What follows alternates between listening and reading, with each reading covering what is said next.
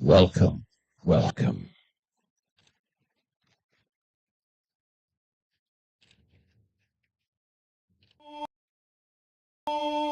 Nguvu yetu ilete baraka kwetu, haki iwe ngao na mlinzi, na tukae na udugu, amani na uhuru, raha tupate na ustawi.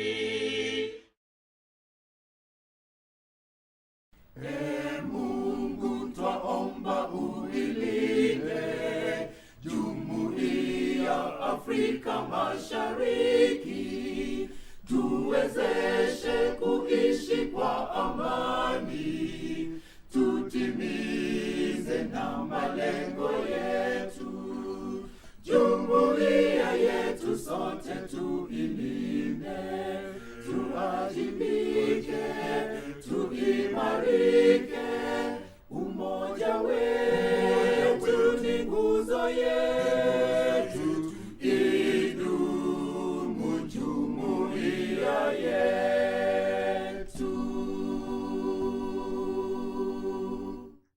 Thank you so much. And before you sit down, it's 41st annual seminar, and we want to make it memorable. So just get your phones, get your phones, get your phones, get your phones. This is for everybody. And we have others joining us online. We're going to take a selfie with the person standing next to you. Oh, yes, yes. Make it memorable, ladies and gentlemen. Make it memorable. Make it memorable. Make it memorable. Take those selfies, ladies and gentlemen, and tell the world.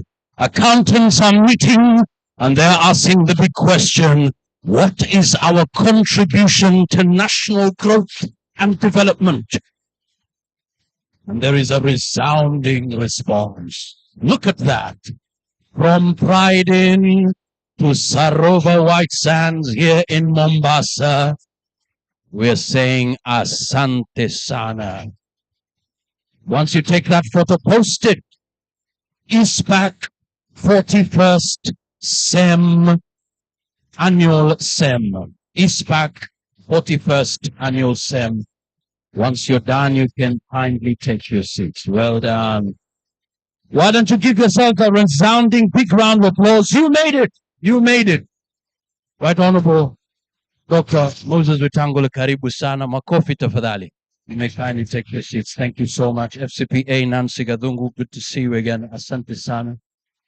Auditor General, asante sana. Welcome, ladies and gentlemen. Bienvenue avec beaucoup de plaisir et avec beaucoup d'amour. Ahlan wa sahlan. Marhaban. Thank you so much. And very quickly now, to give us the opening remarks, to welcome us officially, let's have that screen on.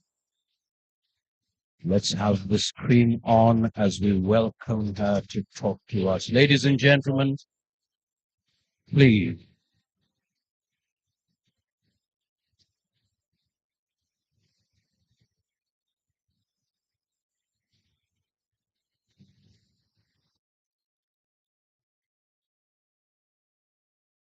He is a well-seasoned, all-rounded finance, strategy, leadership and governance professional, expert and researcher. She has experience in impacting business direction and performance with successful leadership strategies, tactical decision-making and forward-thinking approaches. She has proven experience in improving operations and boosting corporate strategic and financial health through strong leadership. Please welcome the ISPAC Chief Executive Officer and Secretary to the Council, CPA Dr. Grace Kamau.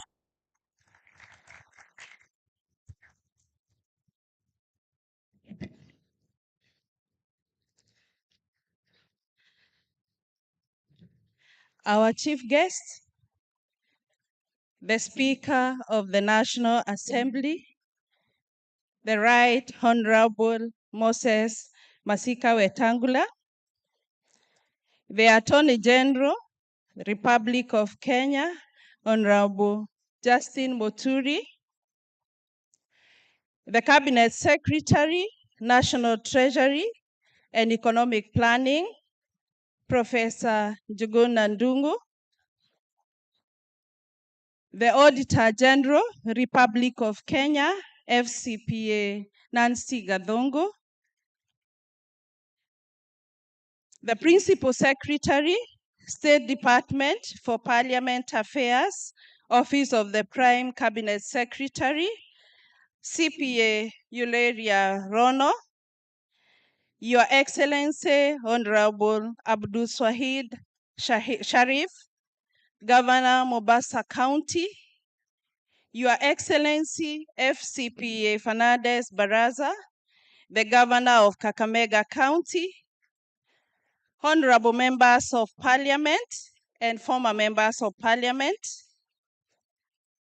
the Commissioner General, Kenya Revenue Authority, Mr. Humphrey Wataga, the former CEO of South African Institute of Chartered Accountants, CASA Freeman Navolo, the Chairman, the Institute of Certified Public Accountants of Kenya, CPA Philip Kakai, the Vice Chairman, Professor Elizabeth Kalunda, council members present, leaders from various professional accountancy organizations within East Africa and beyond, CEOs of other professional bodies within East Africa, again, and above, out of the country, branch leaders, members of various committees of council, FCPAs, CPAs, speakers and resource persons, distinguished delegates, ladies and gentlemen, good morning. Good morning once again. Are you happy today? Yeah, so this is the 41st annual seminar of the Institute of Certified Public Accountants of Kenya, Edition 1, 2024. And I'm here to really welcome you to this seminar. I'm really honored, your honorable speaker, the Right Honorable Dr. Moses Wetangula, the Speaker of the National Assembly, and I'm honored to extend our warmest welcome to you as the chief guest of the 41st annual seminar, the first edition of 2024. And I want to tell you that this is the premier learning and professional development platform that presents all the accountants and presented by the Institute of Certified Public Accountants of Kenya. And the seminar is designed to equip accountants with the tools and knowledge required for the current and the future challenges and maintain the relevance of the profession within our country and out of the country. ISPAC is the promoter and the regulator of the accountants in Kenya, and it is governed by the Accountants Act number 15 of the year 2008, which prioritizes the integrity of the professional development and regulates the compliance, enforcement, and help in the delivery of good governance and public financial management in our country. ISPAC is committed to enhancing the reputation and the interest of the accountants in Kenya. And by this, we train our members and keep them abreast of the latest development in the challenges facing the profession and the business world at large.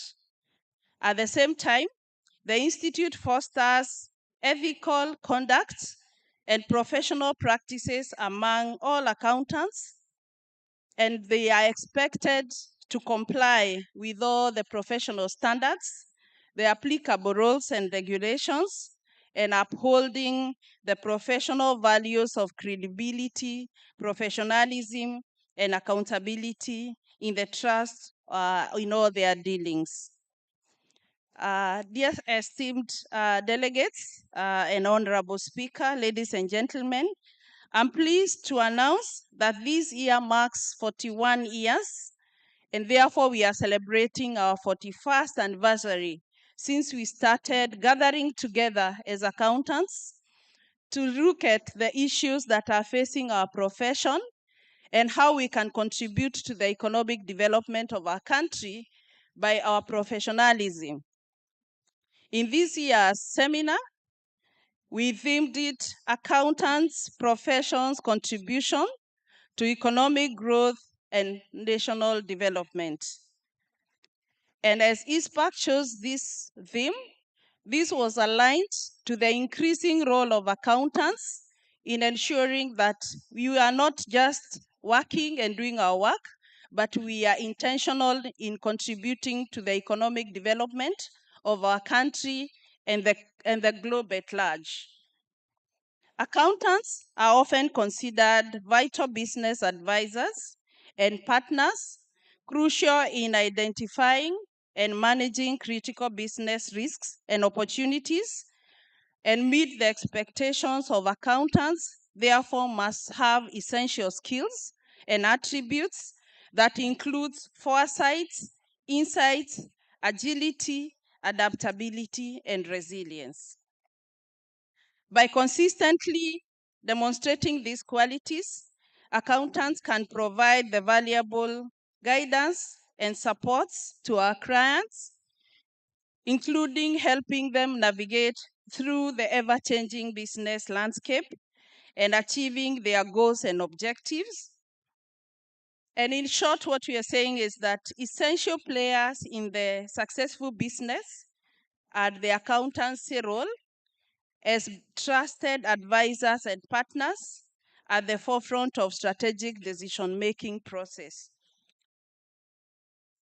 So this day, I want to encourage you to participate in this event, to interact, to participate, and to be able to use this opportunity to exchange our ideas, our expertise, both within ourselves and also with the lineup of the many speakers renowned in the field, and what we call the captain leaders, to ensure that this event goes ahead in impacting our practices as accountants and ensuring that we move our country and our organizations to the next level. Ladies and gentlemen, we will be listening to the keynote address from our chief guest, the Right Honorable Dr. Moses Wetangula, who will be speaking on the Speaker of the National Assembly, who will be giving us an overview of the government's scorecard and key initiatives that are planned towards the national growth and transformation, which aligns with the seminar's theme. In line with this stance and in line with the International Federation of Accountants, SMOs, we are confident that accountants will continue to play a critical role in leading the strategies and growing our economies. In addition to gaining valuable insights, the delegates will be interacting with our renowned speakers, and we look forward to very engaging event. So as I wrap up, I would like to once again thank our chief guest for agreeing to be with us here today from his busy schedule. And we look forward to partnering even with our various partners who will be providing for us, including our resource people. We have our partners, we have our exhibitors and our sponsors who we all applaud. And we thank each one of you as delegates for attending this event. We currently have 4 venues that will be running this event. At Sarova White Sands, we have the current venue, that is Johari, and also Makutano. And also in Pride Inn, we have 2 venues where we will be hosting over 3,500 delegates, just to be able to follow up, and a further about 500 of them joining online. So it is a big event, and a premium event for us as accountants, and we look forward to exchanging ideas and interacting. And out of this, we hope to also come out with very good networks that will also help us move to the next level. So at this level, allow me to invite the chairman of the institute, CPA Philip Kakai, to give his official address and run the program from here. Thank you so much.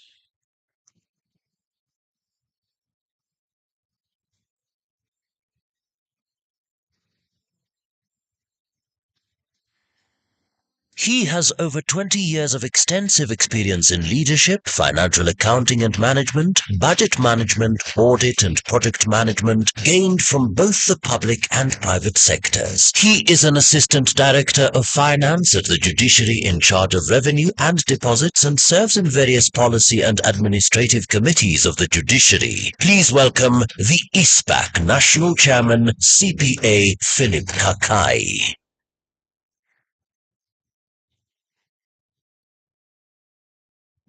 Our chief guest, the Honorable Speaker of the National Assembly, and the rest of our guests, I want to take this opportunity to say Karibuni San.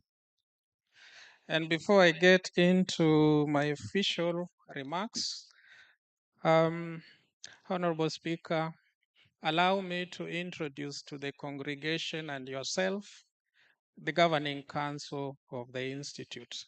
So I'll request my council colleagues to be upstanding. We have a full quorum, Honorable Speaker. We are quorate.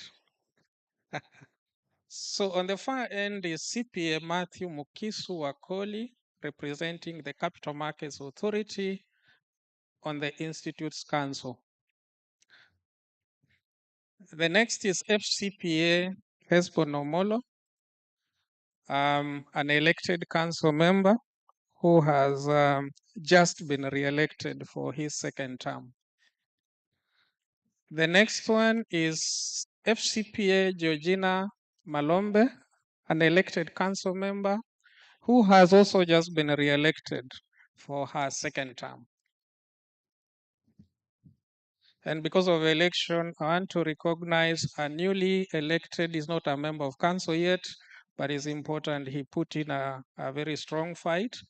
CPA Wycliffe Bichanga, I don't know where he is, a newly elected council member. He'll be joining the council on 7th June during the AGM. Next is our Secretary to Council and CEO of the Institute, CPA Grace Wairimu Kamau. If you don't know her name now, you know. On the far end, we have CPA Rispa Olik, a council member serving her second term. And the tallest on council is FCPA Professor Leting. He is the CEO of CASNEP and a council member by law. On the very far end, we have CPA Olive Gitau, a council member serving her second year. First year, actually. She will be starting her second year in June. And then on the far end is CPA Anne Wangeshi. She's exiting council in 2 weeks.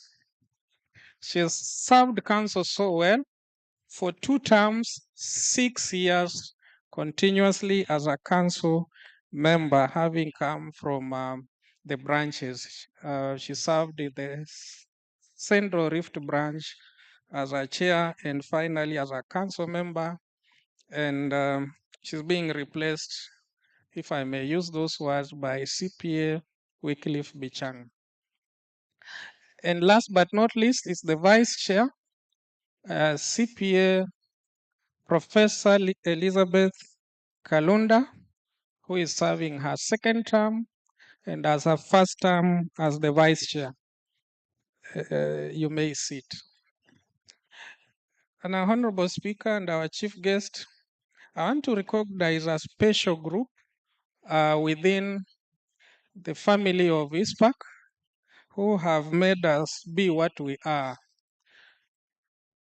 May I request the former chairman of the institute to be upstanding? They are all here. At least there are 5 who are here today.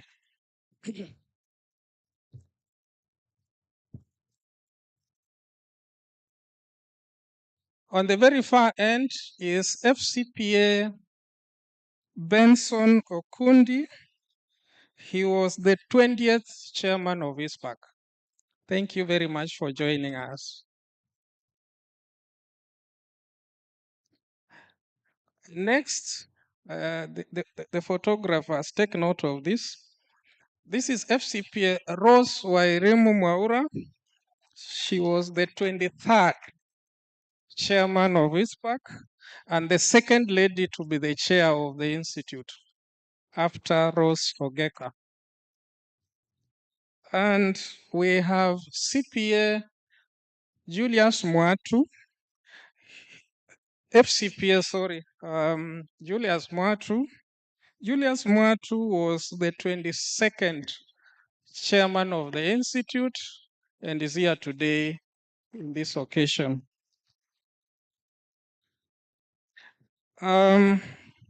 I took over from this gentleman, so I have a lot of respect for him. FCPA George Mukua was the 24th chairman of the institute.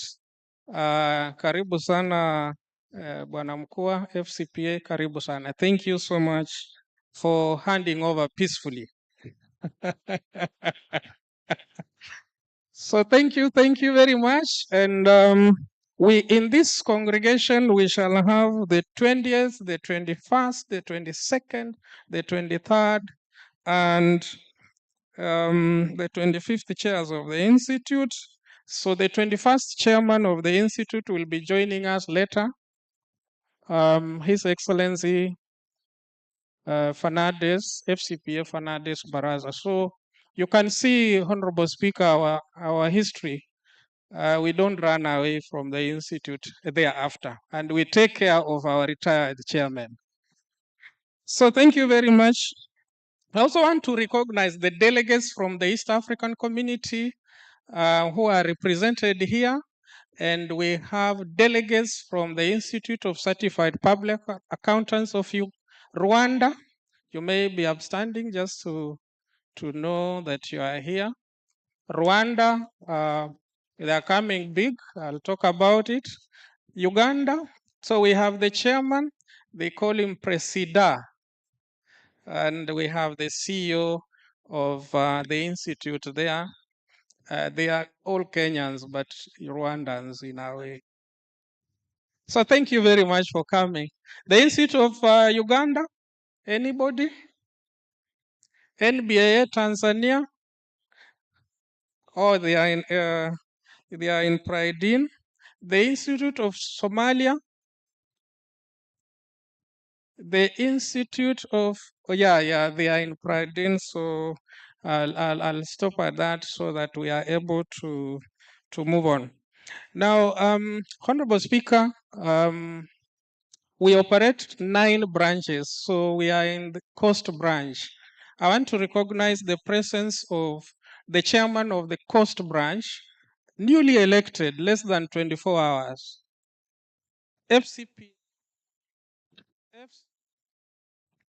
FCPA Farhin Kandawala. Thank you very much. Congratulations. And the outgoing chair, FCPA Dalton Mwagogo. I don't know why he's here. Very good. He handed over yesterday, so we are in good hands. So thank you very much. Honorable Speaker, allow me to make a few comments on behalf of the Institute. The rest were mine, actually. Recognizing people was my work, but and then of course we have very many of our senior members, FCPAs here, FCPA Ann Breyer, FCPA, the former control of budget, Agnes Odhiambo. Of course, we have our Auditor General here, FCPA Nancy, and many FCPAs. So thank you very much. Let me speak with you based on the remarks on behalf of the Institute. So our chief guest, the Speaker of the National Assembly, the Right Honorable Dr. Moses Masika Wetangula, the Attorney General who will be closing this particular event, the Honorable Justin Muturi. We are under the Ministry of Finance, that is National Treasury, the Cabinet Secretary, who would have joined us today, but is on a presidential function. The Auditor General of the Republic of Kenya, FCPA Nancy Kadhungu, the PS in the Office of the Prime Cabinet Secretary, CPA Aurelio Rono. We are in the county of Mombasa, and the governor will be one of our speakers. The governor, His Excellency Sharif Nasir Abdul Swamad. The governor of Kakamega will be joining us and is one of our former chairmen, FCPA Barasa. Members of Parliament, former and present, not forgetting His Excellency Honorable Wilpa Otichiro, the governor of Vihiga, will be speaking to us on climate change issues, very articulate in that area. The Commissioner General of Kenya Revenue Authority will be joining us, have Humphrey Watanga to talk about taxes. Of course, we have our guest from South Africa, the former CEO of SAICA, the South African Institute of Chartered Accountants, Freeman Namovalo, the Public Sector Accounting Standards Board Chairman, I think I saw him here, FCP Ndwati, Your Excellency, and other members of this profession in senior positions. The Vice Chancellor, because this is our university, we must recognize the Vice Chancellor of KCA University, Professor Wakindiki Isaiah, leaders from various professional bodies here and in Pridin and beyond in Africa and beyond, the Vice Chairman of the Institute, CPA Professor Elizabeth Kalunda, council members, the former chair persons of the Institute, I already recognize them, the branch leaders across the nation, and members of various committees of ISPAC. Honorable Speaker, we really work through committees just like in Parliament. FCPAs and CPAs, speakers, resource persons, distinguished delegates, ladies and gentlemen. If I've forgotten you, I doubt. Good morning. Honorable Speaker, today I am delighted to speak to you and distinguished delegates, ladies and gentlemen, and I have the pleasure to welcome you and all the delegates to the 41st ISPAC Annual Seminar being held here under the Sorova White Sands Beach, being held here in White Sands and at Pride in Paradise Beach Resort. As the first Speaker of the National Assembly of Kenya to open this unique gathering, your presence here is historic. Due to the large number of delegates, one facility could not accommodate everyone, so we have another congregation following this live broadcast from Pride in Paradise Beach Resort and over 700 following virtually. I sincerely and on behalf of the Institute thank you for being part of this, Honorable Speaker. I'm grateful that you could make time in your busy schedule to attend this event in person and officiate the opening ceremony. It shows your dedication to collaborating with professionals to strengthen the country's economic growth. Honorable Speaker, we are truly honored and pleased to host you at this seminar, which is the pinnacle of ISPAC's extensive professional development calendar.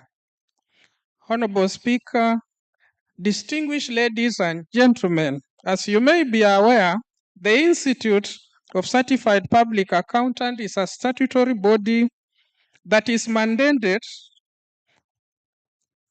by the Accountants Act to regulate and develop the accounting profession. ISPAC is a member of the Pan-African Federation of Accountants, PAFA, and the International Federation of Accountants, IFAC, the global accounting umbrella body. Indeed, PAFA, IFAC, and the East African Community Institutes of Accountants play a vital role in spurring the accounting profession in Kenya and the region. The Institute of Certified Public Accountants of Kenya and other institutes recently took part in the 4th East Africa Congress of Accountants, ECOA, which was hosted from 16th to 19th April 2024 at the Kigali Exhibition and Congress Village in Rwanda. At this event, we explored the theme Beyond Borders, exploring global perspectives. We applaud the Institute of Certified Public Accountants of Rwanda who are here for holding such a successful event. Let's clap for them. Distinguished delegates, during the event, we examined the critical role that accountants might play in implementing the African Continental Free Trade Area Agreement by breaking down barriers between African countries and joining up critical elements of the continent's economy by leveraging superconnectors and other abilities. 2024 is an exceptional year for the first edition of the annual seminar, and we are pleased to welcome close to over 3,500 delegates, surpassing previous attendances records.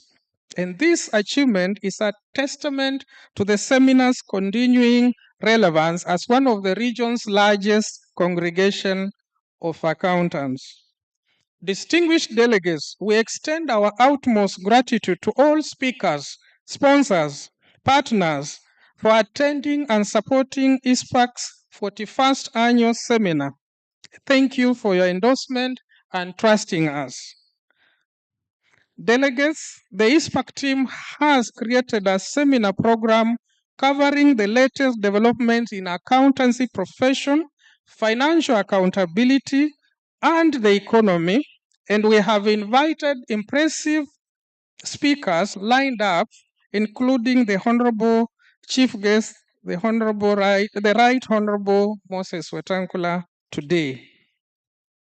Throughout the seminar, you will have the opportunity to hear from some of the most talented and experienced leaders in various sectors.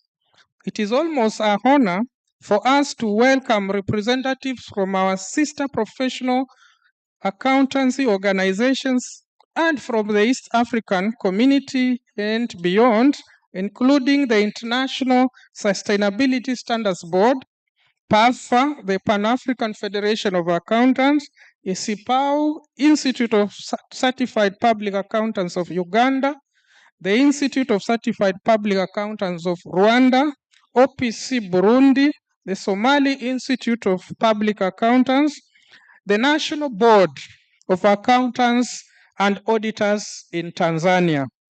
Our chief guest, distinguished ladies and gentlemen, in a complex and disruptive world, accountancy professionals must be able to navigate their expanding and diverse roles to provide effective leadership and service excellence and make an incredible contribution to the national growth and development.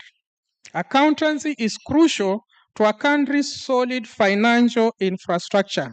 It relates to the ability of that country and its companies to raise capital at a favorable cost. Therefore, having a solid accountancy profession is really important for socio-economic transformation. It can help finance programs for education, health, energy, clean water, and food, as well as finance business and growth, enabling improving living standards. Therefore, we carefully selected the seminar theme for the first edition of the 2024 edition of the annual seminar to be the Accountancy Profession's Contribution to National Growth and Development. Over these 4 days, you can expect a strong focus on ESG and sustainability, technology, taxation matters, governance, and other critical issues impacting business and the profession, equipping professionals to contribute rapidly to national growth and development. Distinguished delegates, one of the difficulties of developing countries like Kenya is obtaining accurate information about their economy, and it is to the best of their economy and using it to the best of their ability. As the profession's regulator and developer, ISPAC has identified modern and economically oriented ways through which the accountancy profession can help the country achieve economic growth. Auditors and financial analysts provide high-quality corporate reporting to support value and supply chain management, portfolio investment analysis, project appraisals, risk management assurance, governance, and internal control processes. Financial sector development plays an essential role in increasing economic growth through improvement in capital accumulation. Honorable Speaker, distinguished guests, accountancy plays many roles, but it is not well understood or known by most individuals in developing countries. Against this backdrop, ISPAC has identified financial accountability, sustainability, and capacity building as proven areas where accountancy can contribute to enhancing and improving the social welfare of citizens. Under financial accountability, Honorable Speaker and distinguished guests, I'll say this. We ensure this by enforcing the globally accepted accounting standards that facilitate transparency. Professional accounting therefore promotes the mobilization of international investments, fosters investors' confidence, reduces corruption and management of resources, and further eliminates the practice of restructuring transactions and financial engineering. We are doing this through the following ways. One, in partnership with the Financial Reporting Center and GIZ Kenya, the Institute launched the Anti-Money Laundering Guide in October 2020 and has finalized a revised version, preparing to launch it next month, June 2024. This guide is designed to reduce the possibility of the accountant's profession being knowingly or unknowingly used for offenses involving process of crime, fraud, theft, and money laundering. And two, the Institute has developed an omnibus financial laws amendment bill and plans to introduce it to Parliament. This bill seeks to amend various provisions in the different acts of Parliament to seal the loopholes that allow corruption to penetrate the system. We will work closely, Honorable Speaker, with Parliament and the State Law Office to facilitate the enactment of this bill. Further, ISPAC is in the forefront of lobbying for the enactment of the whistleblower protection legislation in the country, which, if enacted, will provide a framework and a structure of increased whistleblowing. In relation to strengthening ISPAC regulatory framework, the Institute has recently, with the support and collaboration of the National Treasury, CASNEP, the Attorney General's Office, drafted and operationalized the accountants regulations that have strengthened the Institute's regulatory framework. ISPAC further has initiated discussions with the Directorate of Public Prosecutions to enlist accountants as expert witnesses. To prevail at trial, prosecution, Honorable Speaker, and all trial lawyers know they must be able to prove prima facie the elements of their claim or defense.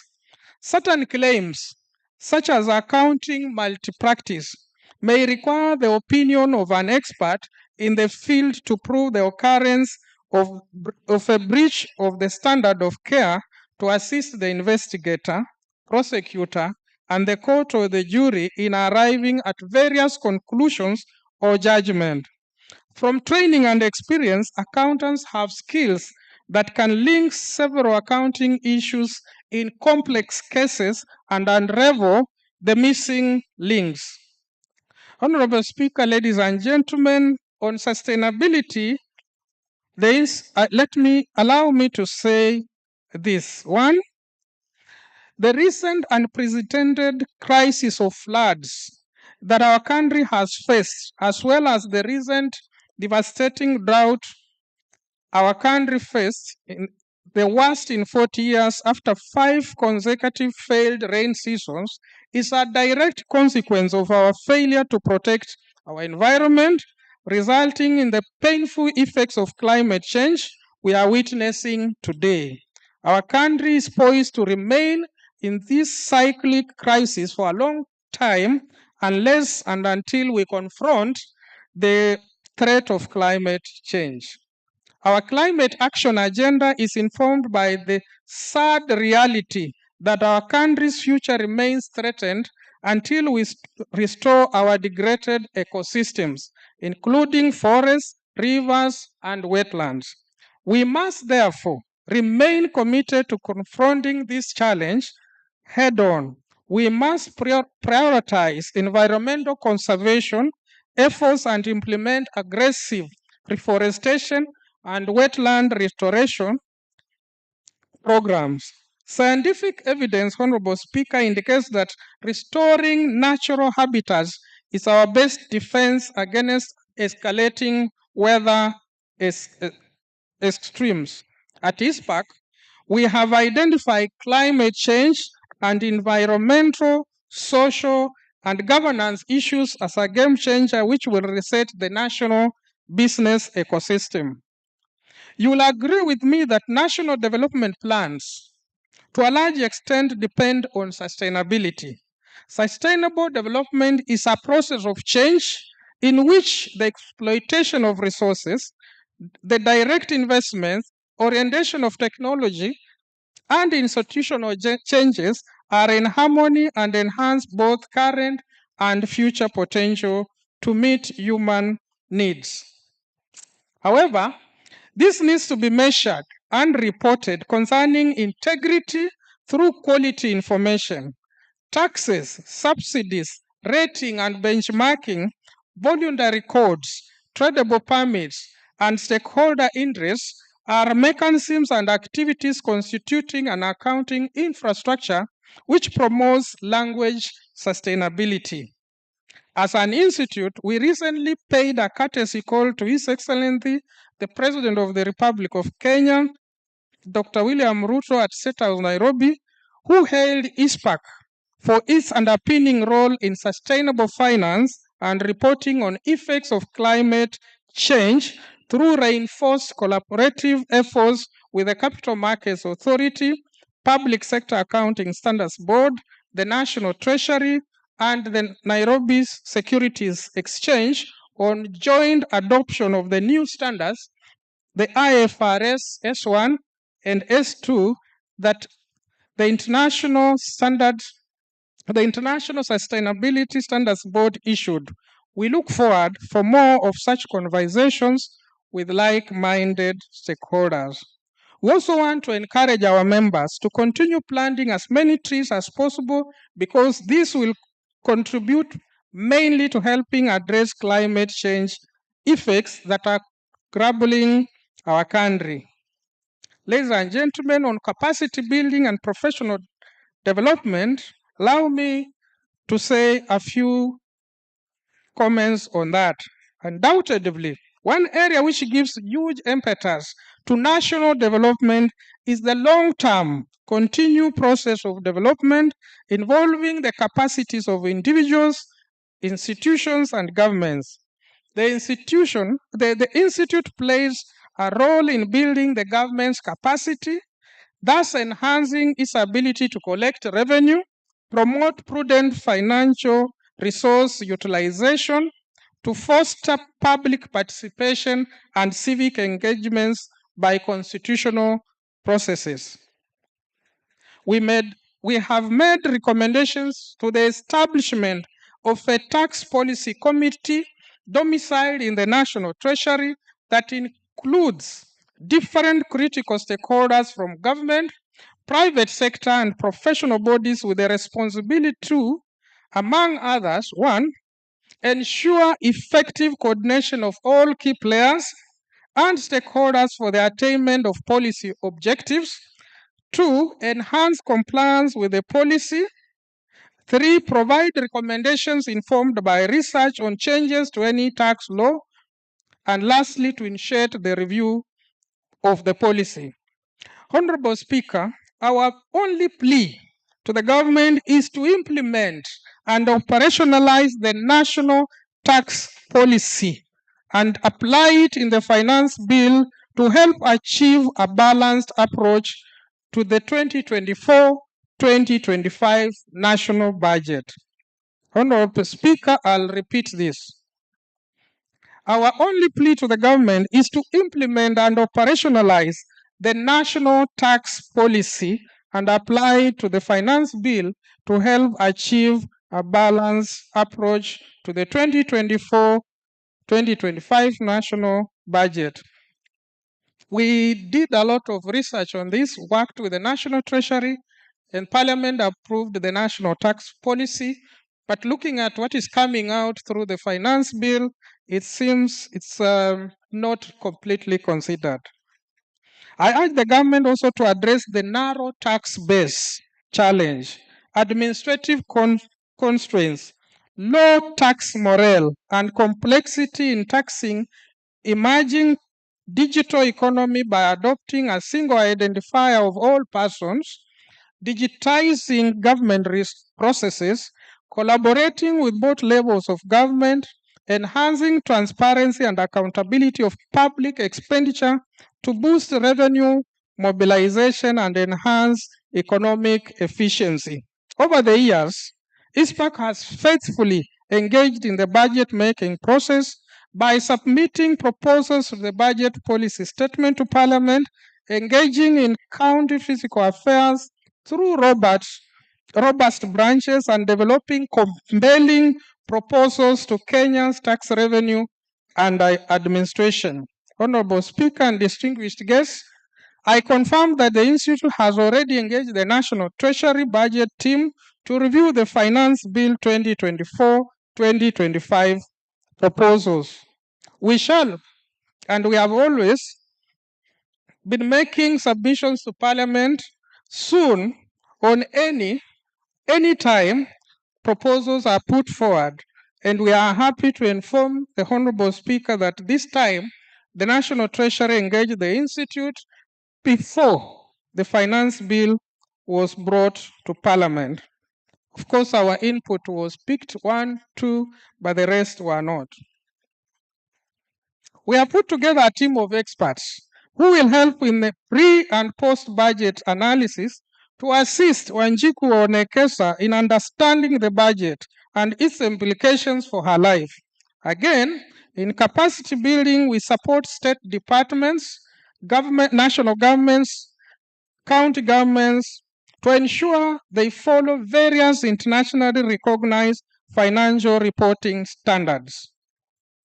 In a nutshell, Honorable Speaker, our profession is exhibiting that indeed the greatest wonder of the world is the wonder of men. Men who will not be bought or sold. Men who in their innermost souls are genuine and honest. men who do not fear to call sin by its proper name, men whose conscience is as true to duty as the needle to the pole, men who will stand for the right though the heavens shall fall. I must mention, ladies and gentlemen, that our accountability measures have minimized the proliferation of corruption, a significant setback in national development through international comparable reporting systems, knowledge of relevant law, integrity, objectivity, among others.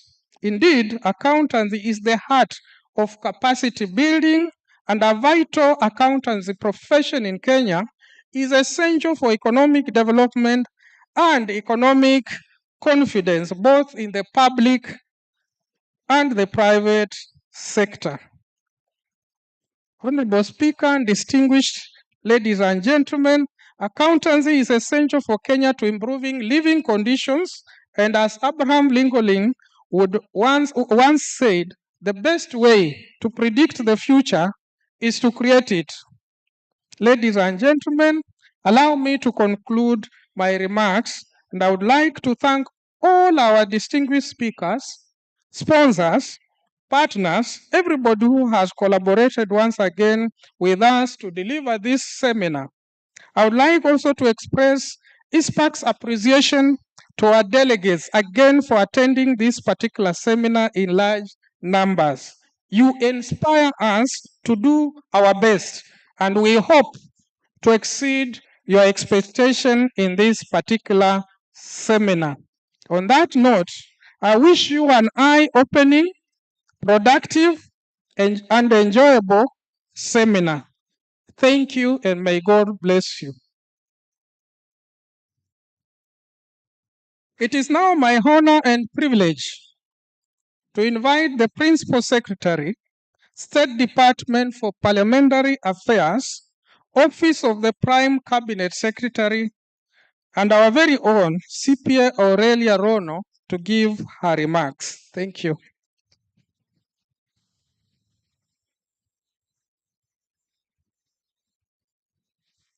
She is the link between the executive and parliament, facilitating the execution of government business within parliament. Please welcome the Principal Secretary for the State Department for Parliamentary Affairs within the Office of the Prime Cabinet Secretary, CPA Aurelia Rono. Thank you. Give it back to you. Okay. Thank you. Thank you very much, our chair. Our chief guest, Speaker of the National Assembly, the Right Honorable Dr. Moses Masika Wetangula, the Cabinet Secretary, National Treasury and Economic Planning, Professor Njuguna Ndungu,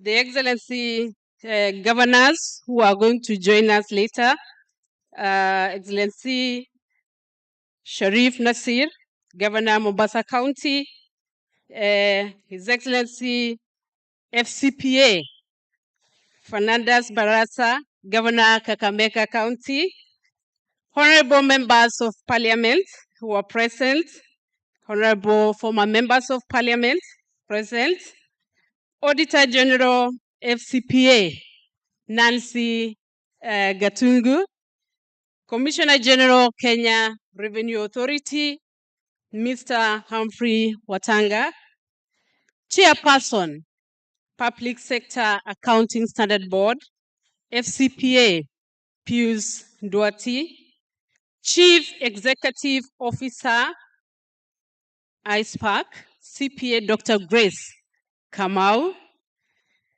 Chairperson ISPAC CPA Philip Kakai, Council members, staff, distinguished delegates, ladies and gentlemen, good morning. Good morning. God is good and all the time, and that is his nature. I'm so delighted to join you at the 41st Annual Seminar Edition 1 2024, organized by our great and beloved institution, the Institute of Certified Public Accountants of Kenya. I applaud ISPAC for choosing accountancy profession's contribution to national growth and development as the seminar's theme. I'm happy to note that the theme comes against the backdrop of ISPAC's ongoing proactive efforts in driving sustainable development within the accounting space in the country. This is through various measures, such as the mainstreaming of the newly founded sustainability reporting standards, namely IFRS 1 and IFRS S2. The focus on our role as accountants in the national growth and development is timely as we navigate an ever-evolving landscape with a unity of purpose that is not just desired, but absolutely needed. I'm pleased to deliver brief remarks on the role of professionals in driving national transformation, which is my topic of focus today. Ladies and gentlemen, in a rapidly changing world, the call for national transformation and our active involvement in shaping the national trajectory has never been more critical.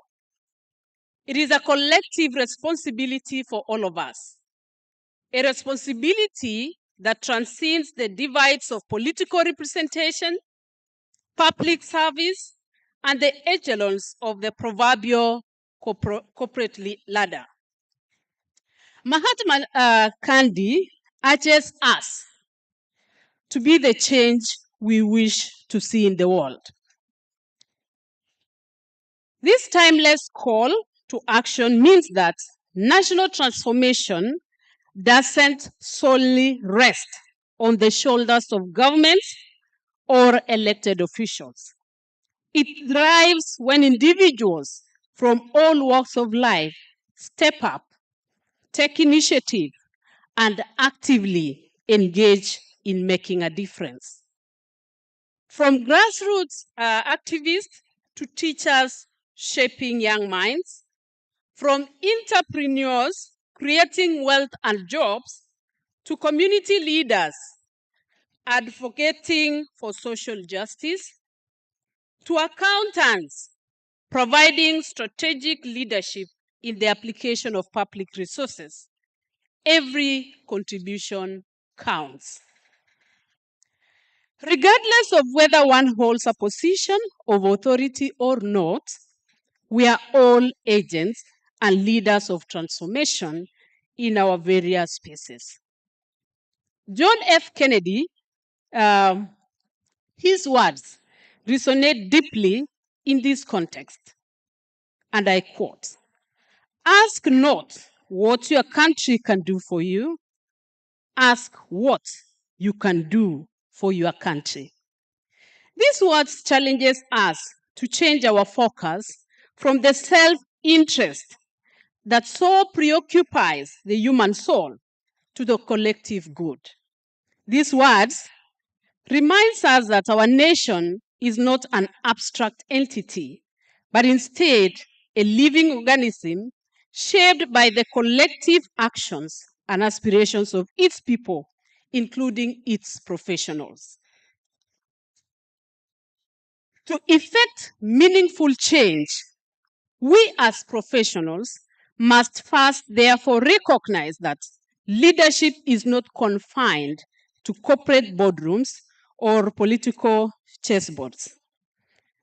We each possess the power to lead a cause, champion a dream, or pursue a strategic objective that can impact profound change in our nation. Distinguished delegates, national transformation begins with a vision, But it only flourishes when individuals like you and I take concrete steps to make that vision a reality.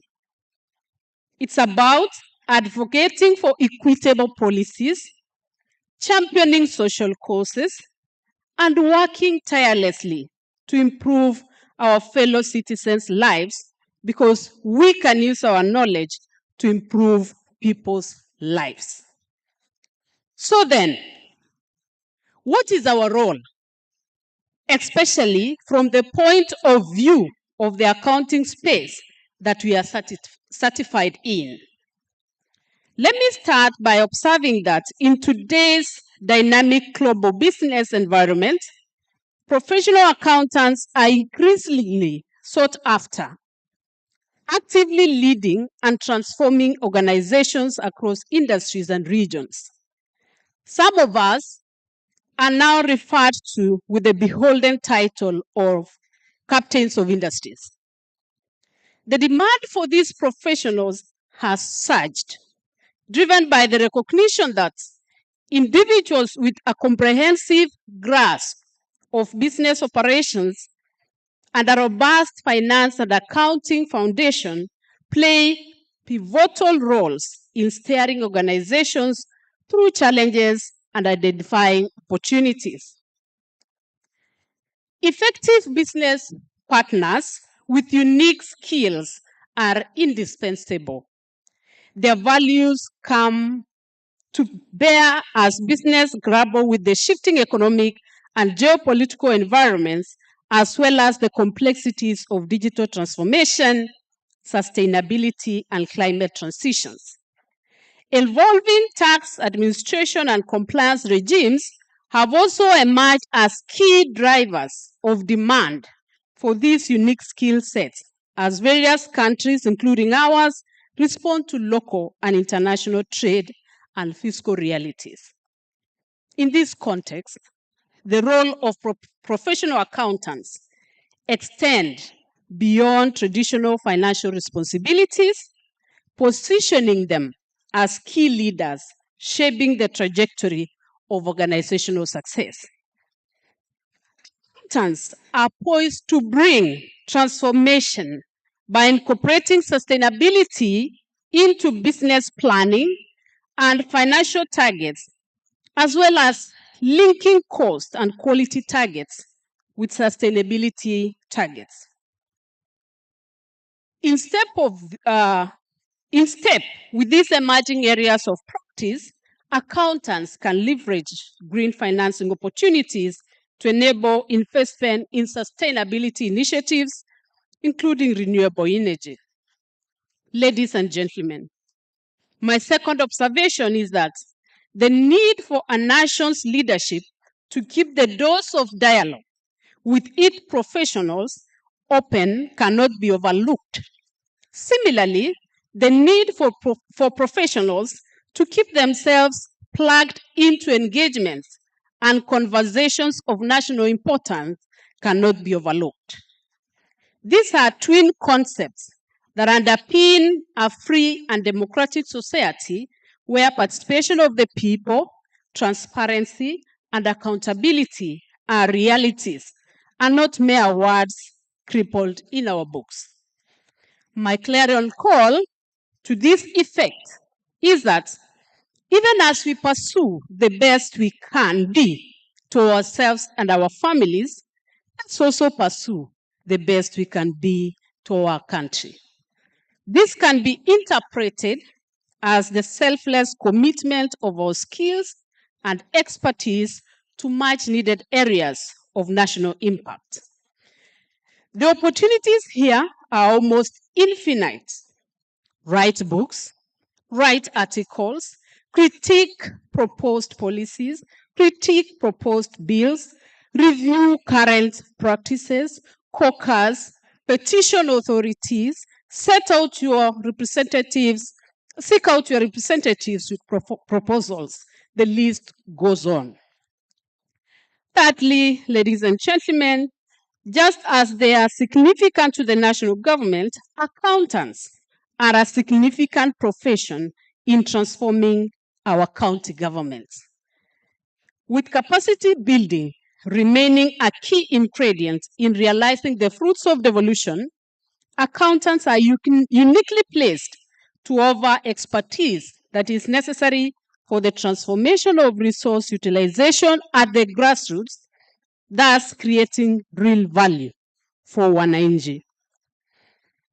I can report that it is because of the selfless commitment of members of this profession that the government of Kenya has taken various policy interventions geared towards consolidating the national fiscal management.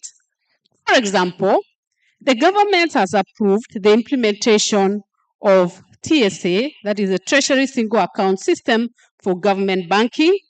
This promotes a more efficient, transparent, and accountable government cash management, which will result in reduced need for government borrowing. The county single account system was also approved by Cabinet, and its implementation shall be secured through the respective county government's revenue funds. The government has also approved the transition from cash basis of accounting to accrual basis of accounting for the national and the county government's entities. I remember last year when we had the same activity, we were talking of a proposal to move from cash basis of accounting to accrual basis of accounting. We are happy now that that has been approved, and the switch should be fully adopted by 1st of July 2024. These interventions has been possible due to the role played by the great members of this profession. Ladies and gentlemen, we need to be deliberate in playing our part in voting a society of great ethics and character. The accountancy profession can lead the way by being a profession that is motivated by the commitment and pride of doing the right thing. Not because there are laws that penalize unlawful and criminal practices, but because doing the right thing is just and fair, not only for the strong and privileged in society, but also for the weak and downtrodden. In that case, a re-socialized crop of our citizenry and leaders will progressively emerge to steer the state's national growth and development. As accountants, we must be leaders of impeccable character if we are to play significant roles in the transformation of this great country, Kenya. Ladies and gentlemen, in conclusion, let us all embrace the nation and leadership in our own spaces, recognizing that our actions can collectively reshape our country, however small they seem.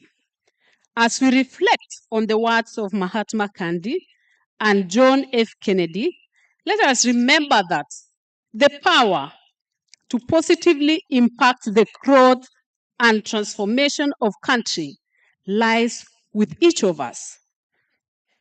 We have within us real capacity to usher in a brighter, more equitable future for all. With these remarks, I thank you and I wish you all a great stay in Mombasa. Thank you so much.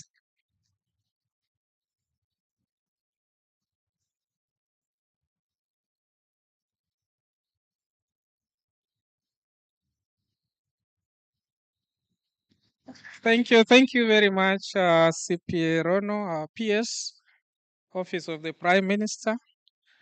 I will want to take this opportunity to welcome FCPA Nancy Kadhungu, the Auditor General of the Republic of Kenya, to make her remarks.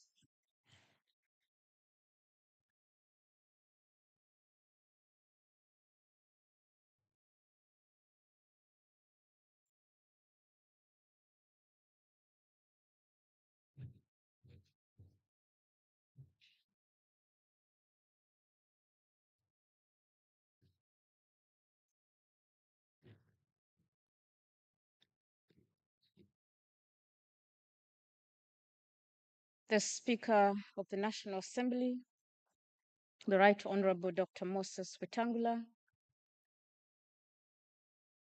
the Honorable the Attorney General of the Republic of Kenya, expected later, Honorable Justin Muturi, the Principal Secretary, State Department for Parliamentary Affairs, the Office of the Prime Cabinet Secretary, CP Aurelia Rono, our Chair of the Institute, CP Philip Kaikai, our Chief Executive Officer, Dr. Grace Kamau, the Chair of the Public Sector Accounting Standards Board, FCPA Piers Ndwati, fellow members of ISPAC, council members, distinguished guests, delegates, ladies and gentlemen, good morning. Allow me, Chief Guest, to also recognize a very special guest from the region, my senior, my trainer, former Auditor General of the Republic of Rwanda, Mr. Obadia Biraro. Thank you. Who welcomed me to the board and the Commission of Auditors for the East African Community and was part of my training team. Thank you for joining us.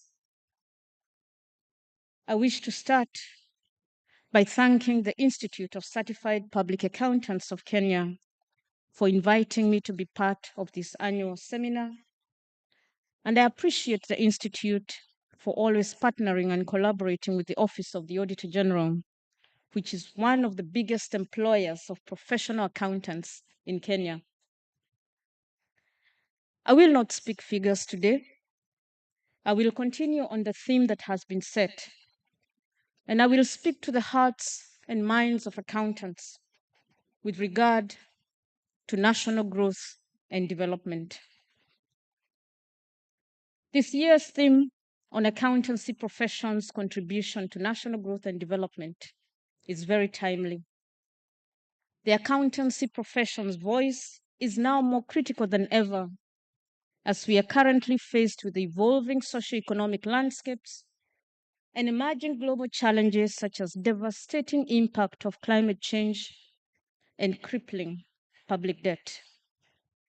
Colleagues, we are also currently discussing the proposed 2024-2025 financial year's national budget and the measures of raising revenues to accelerate economic growth and development and to provide sustainable and quality public services. All this require our professional input. As we discuss our contribution to national growth and development, allow me to first briefly highlight on the role of the Office of the Auditor General. My office is not only one of the largest accountancy organizations in this country, it is also known as the supreme audit institution in Kenya, constitutionally mandated to provide oversight on the use and management of public resources. And our mandate extends beyond our borders. The international agreements and conventions that Kenya is party to recognize the important role that supreme audit institutions play and therefore recognize us as not only external auditors, but also as important contributors and advisors to international and supranational organizations. My office is mandated by Article 229 of the Constitution to provide audit services to the three arms of government, the executive, the judiciary, and parliament, and the constitutional commissions and independent offices, spanning across the two levels of government, both national and county governments. Article 229(6) further mandates the Auditor General to confirm whether or not public money has been applied lawfully and in an effective way. And indeed, from this article, the Constitution requires the Auditor General to look beyond the numbers, all the accounts of public entities, and provide information on outputs, outcomes, and impact of public resources on the lives and livelihoods of the people. The Public Audit Act 2015 provides additional functions and responsibilities to the Auditor General, which include confirming that all reasonable precautions have been taken to safeguard the collection of revenue and to confirm that public money has been used and applied to the purposes intended and that expenditure conforms to the authority of such expenditure. And ultimately, the mandate of the Office of the Auditor General is not only to contribute to improvements in the public sector, but to also influence the direction of economic growth and development nationally, regionally, and globally, and to promote delivery of quality and sustainable services to the people through oversight. And colleagues, as the scope of work expands, I shall continue seeking the support and partnership of the members of the Institute to deliver on this mandate. And the conversation and discussions have already commenced with the council members and the chair and the CEO. With regard to contribution by accountancy professions to national growth and development, Honorable Chief Guest, ladies and gentlemen, looking back to 60 years, the then president of the Institute of Chartered Accountants of India, C.A. Mukherjee, proclaimed that the state of the national economy is of special interest to the chartered accountant. The fortunes of his clients are closely connected with the level of economic activity.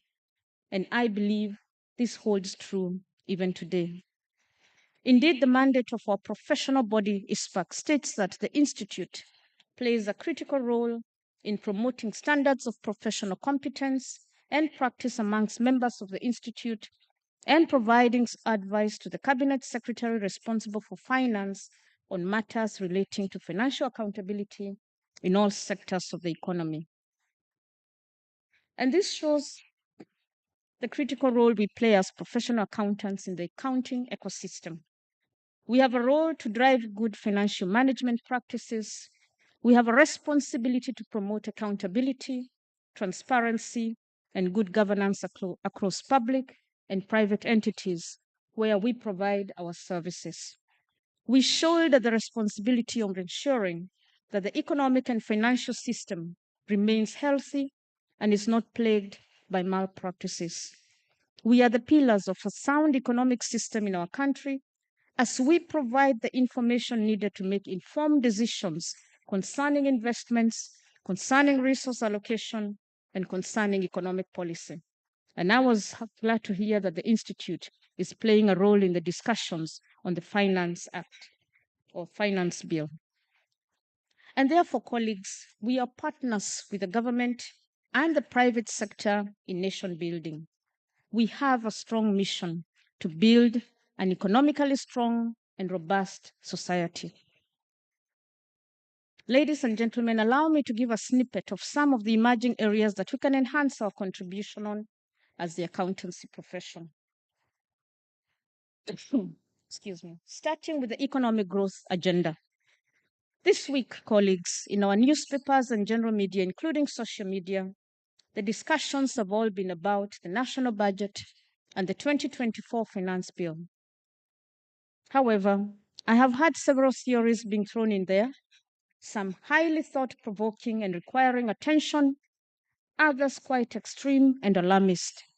But our voice as the accountancy profession does not seem to be loud enough. We should be dominating and influencing the direction of the debate, and that is a challenge to our institute. I know the chair has said they've given submissions, but that is not enough. Our profession should be driving the direction of the discussion and the debate concerning the budget and concerning the finance bill.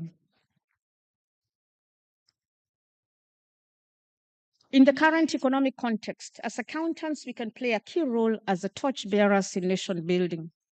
We can use our financial expertise to propose various economic and financial measures to uplift the deteriorating economy and boost economic as well as industrial growth.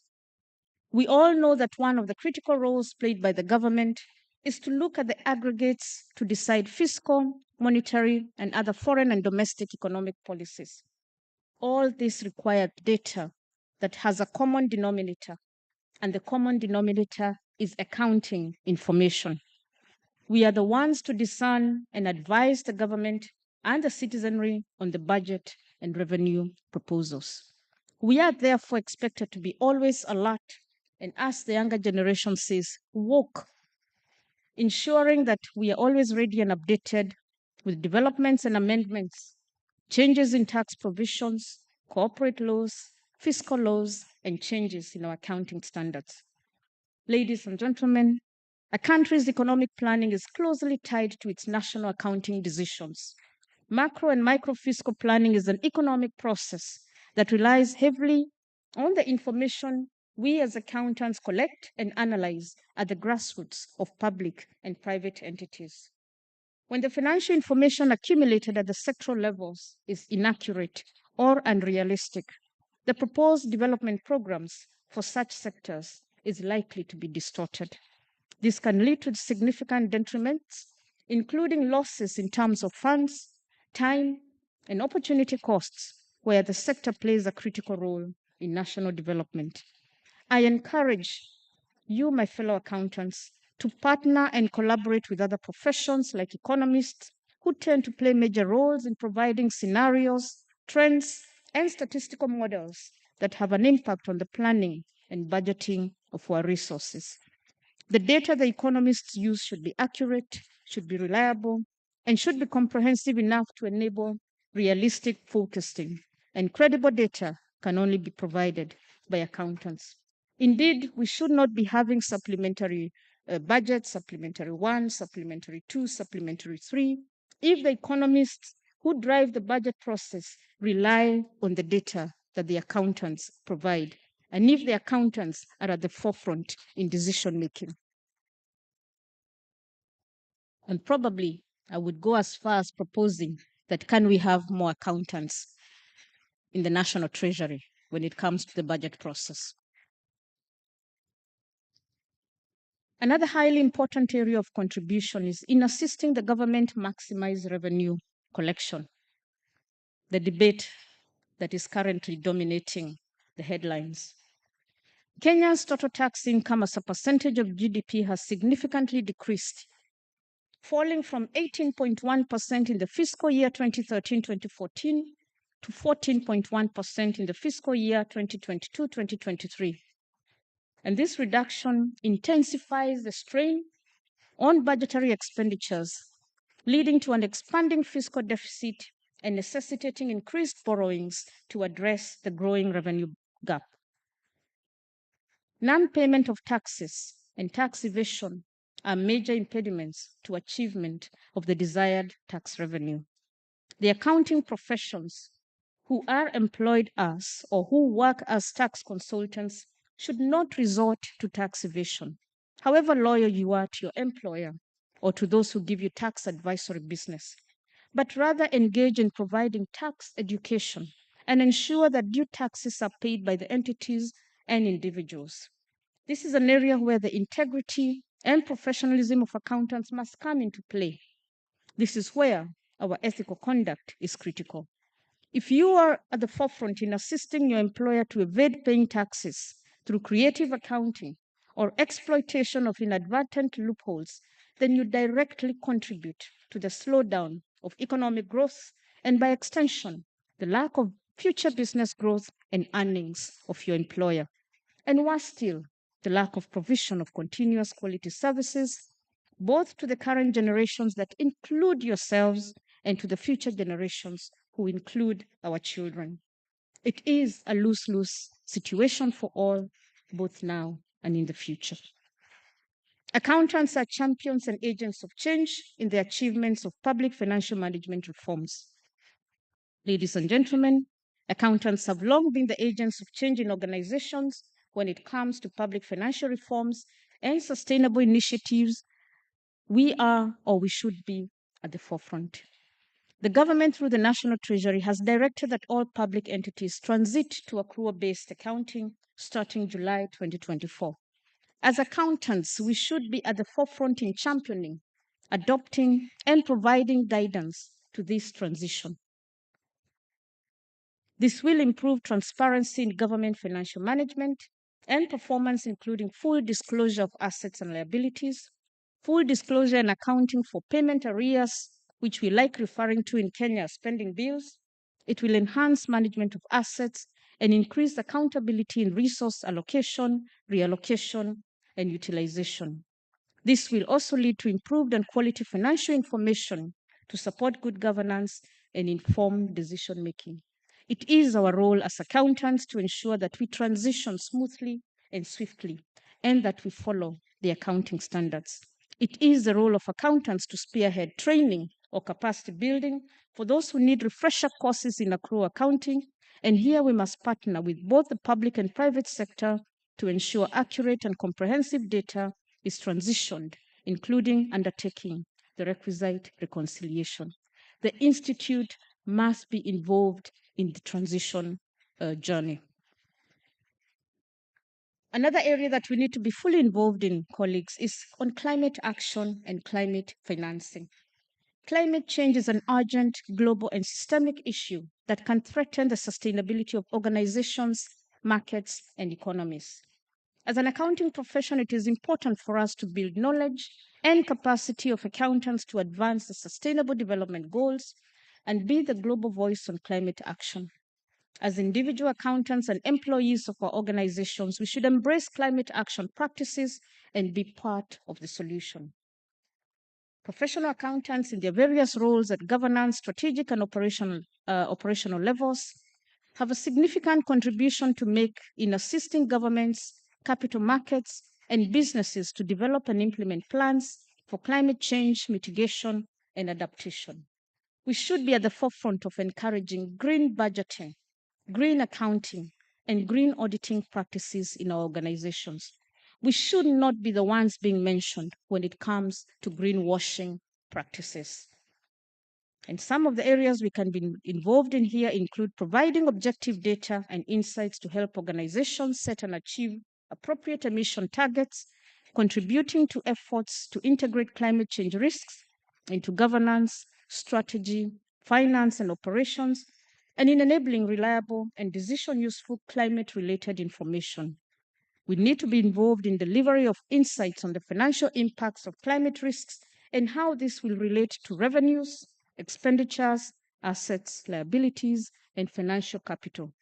We must provide assurance on climate information, thereby enhancing confidence in public disclosures and facilitating capital flows to sustainable organizations.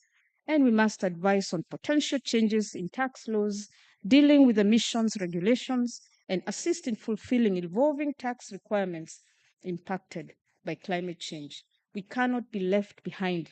We cannot be trailing. We should be leading the discussion on climate financing. And accountants can further leverage their expertise in the field of non-financial information on how companies can make right decisions to reduce their environmental footprint and the associated costs. Excuse me. A critical area that we cannot escape from as the accounting professions is the advocacy role in corruption prevention. As accountants, we must champion critical financial reforms that impact our National Development Plan, Vision 2030, and the prioritized areas of the current administration, the bottom-up economic transformation agenda. I applaud our institute for initiatives such as Wapinduru that improve transparency and accountability. When we accountants speak in one voice and act collectively against corrupt practices, we can significantly reduce corruption and wastage of resources, and this is both in the private and public sectors. The time for more accountability is now due to the challenges our country is facing that are threatening much needed revenue mobilization and provision of quality and sustainable public services.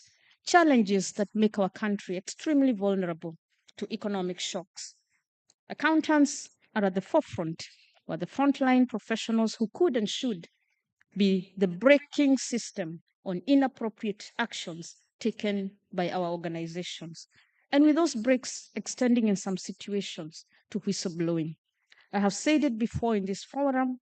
I shall say it again. I shall continue even in future. We know the numbers. We know when they are padded. We know the implications of sustained creative accounting.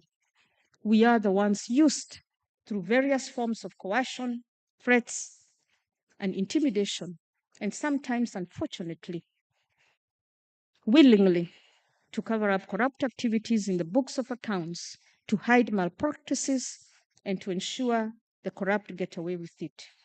We can disrupt these practices in our organizations, and we can collectively agree not to be involved and advocate for change. In conclusion, Chief Guest, ladies and gentlemen, I remind you that the accountancy profession does not only contribute meaningfully to the national economic growth and stability, but plays a definitive role in socio-cultural development of our nation. However, we have a responsibility to facilitate transparency and to build trust with our stakeholders if we are to continue playing our role effectively.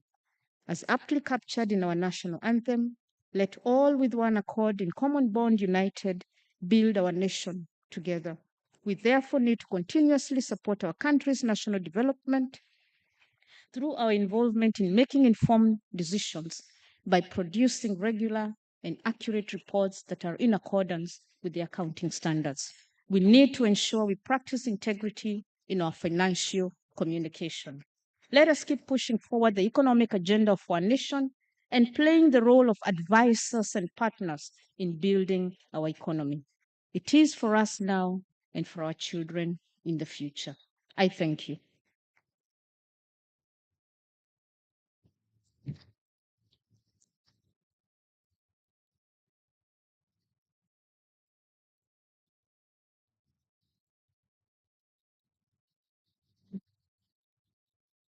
Let's appreciate our Auditor General.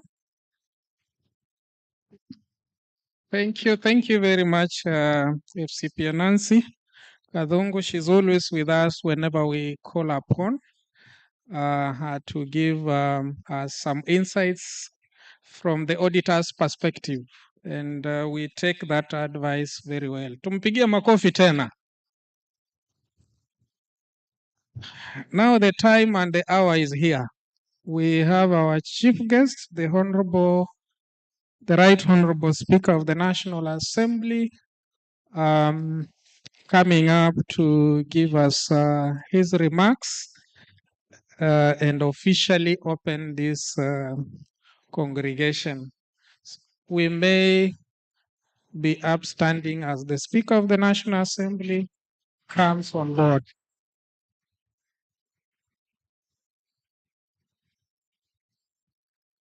He is an advocate of the High Court of Kenya and an active member of the Law Society of Kenya. He has held various cabinet portfolios, served as a senator and a member of the National Assembly. Please welcome the Speaker of the National Assembly of Kenya, Right Honourable Dr. Moses Wetangula. Thank you. Thank you. Let's be seated. Good morning. Hamjambo. Hamjambo tena. Karibu Mombasa, mji wa raha. Are there any members of parliament here? Former? I can see one. You know, we don't have many of you in parliament because you are very stingy.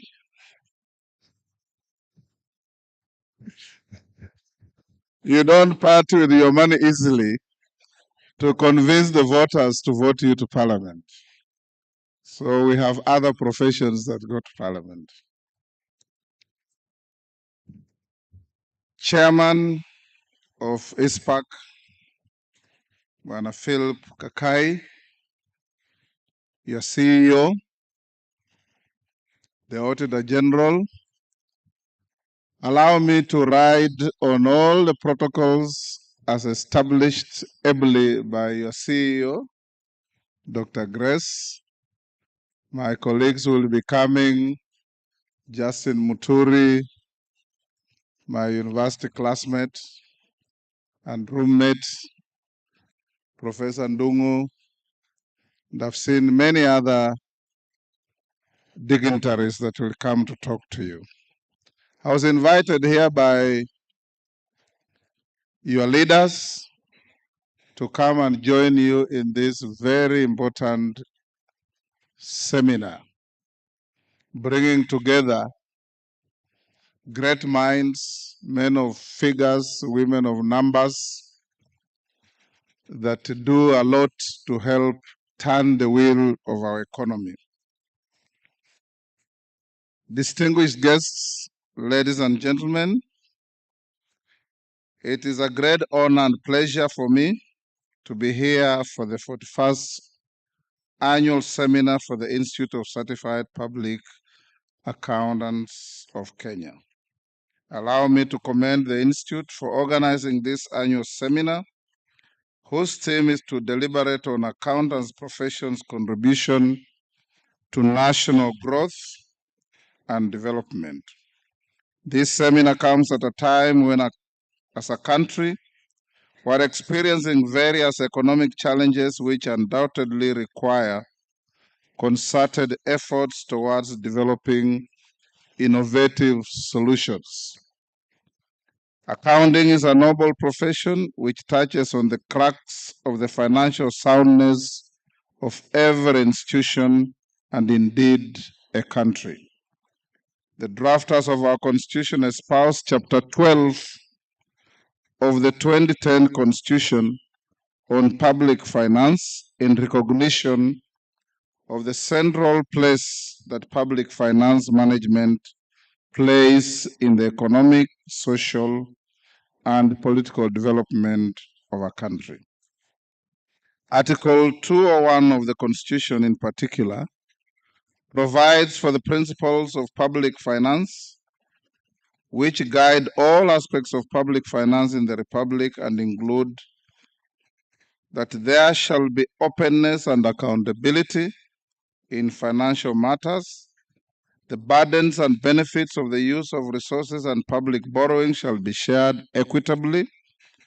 Public money shall be used in a prudent and responsible way, and financial management shall be responsible, and fiscal reporting shall be clear.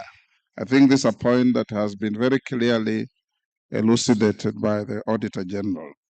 This, in my view, forms the basis for the role of accountants in ensuring that every institution works towards a trajectory that ensures the realization of these principles of public finance.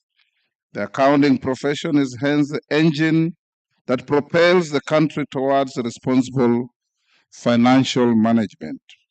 As you are aware, our country is currently operating in a tight physical environment characterized by huge public borrowing and a ballooning foreign debt. In the recent months, we have also experienced global economic shocks, a weakening Kenya shilling, high inflation and cost of living, increasing in prices of fuel and local commodities. This sustained pressure on our economy brings to question the debate on how best we can tackle these challenges as a country. I am therefore glad that the seminar shall allow us to share ideas on how the profession can take an active role in contributing to national growth and development. Ladies and gentlemen, as a legislature, we have been at the forefront in contributing to national growth and development by discharging our constitutional functions as espoused in Article 95 of the Constitution 2010. You recall that when Kenya Kwanza came into power, its key economic policy was the bottom-up economic transformation agenda. The policy was geared towards bringing down the cost of living, eradicating hunger, creating jobs, expanding the tax base, improving the country's foreign exchange balance, as well as inclusive growth. To achieve all this, the Kenya Kwanza government settled on 6 core pillars, namely agriculture, micro, small, and medium enterprise economy, housing and settlement, healthcare, digital superhighway, and creative economy, and the environment and climate change. In discharging its legislative function, the National Assembly has been instrumental in passing key legislation required to implement the 6 pillars. Some of the key bills that the National Assembly has passed and enacted include the Digital Health Bill 2023, the Social Health Insurance Bill 2023, the Facilities Improvement Financing Bill 2023, the Primary Healthcare Bill 2023, the Affordable Housing Bill 2023, and the Climate Change Amendment Bill 2023. All these are now acts of Parliament. There are also several bills touching on the 6 pillars which are pending before Parliament, and they include the Sugar Bill 2023, which seek to revitalize the sugar industry. The bill is now pending consideration by the Senate, having been passed by the National Assembly. Ladies and gentlemen, further, the National Assembly has, through its Budget and Appropriations Committee, facilitated in appropriating funds for implementation of the projects falling under the 6 pillars. Additionally, the National Assembly has been oversighting through its committees the manner in which the executive has been implementing the economic transformation agenda. What is clear is that much more remains to be done towards the full realization of the agenda. As a profession, you indeed have a role to play in contributing to the national growth and development of the country.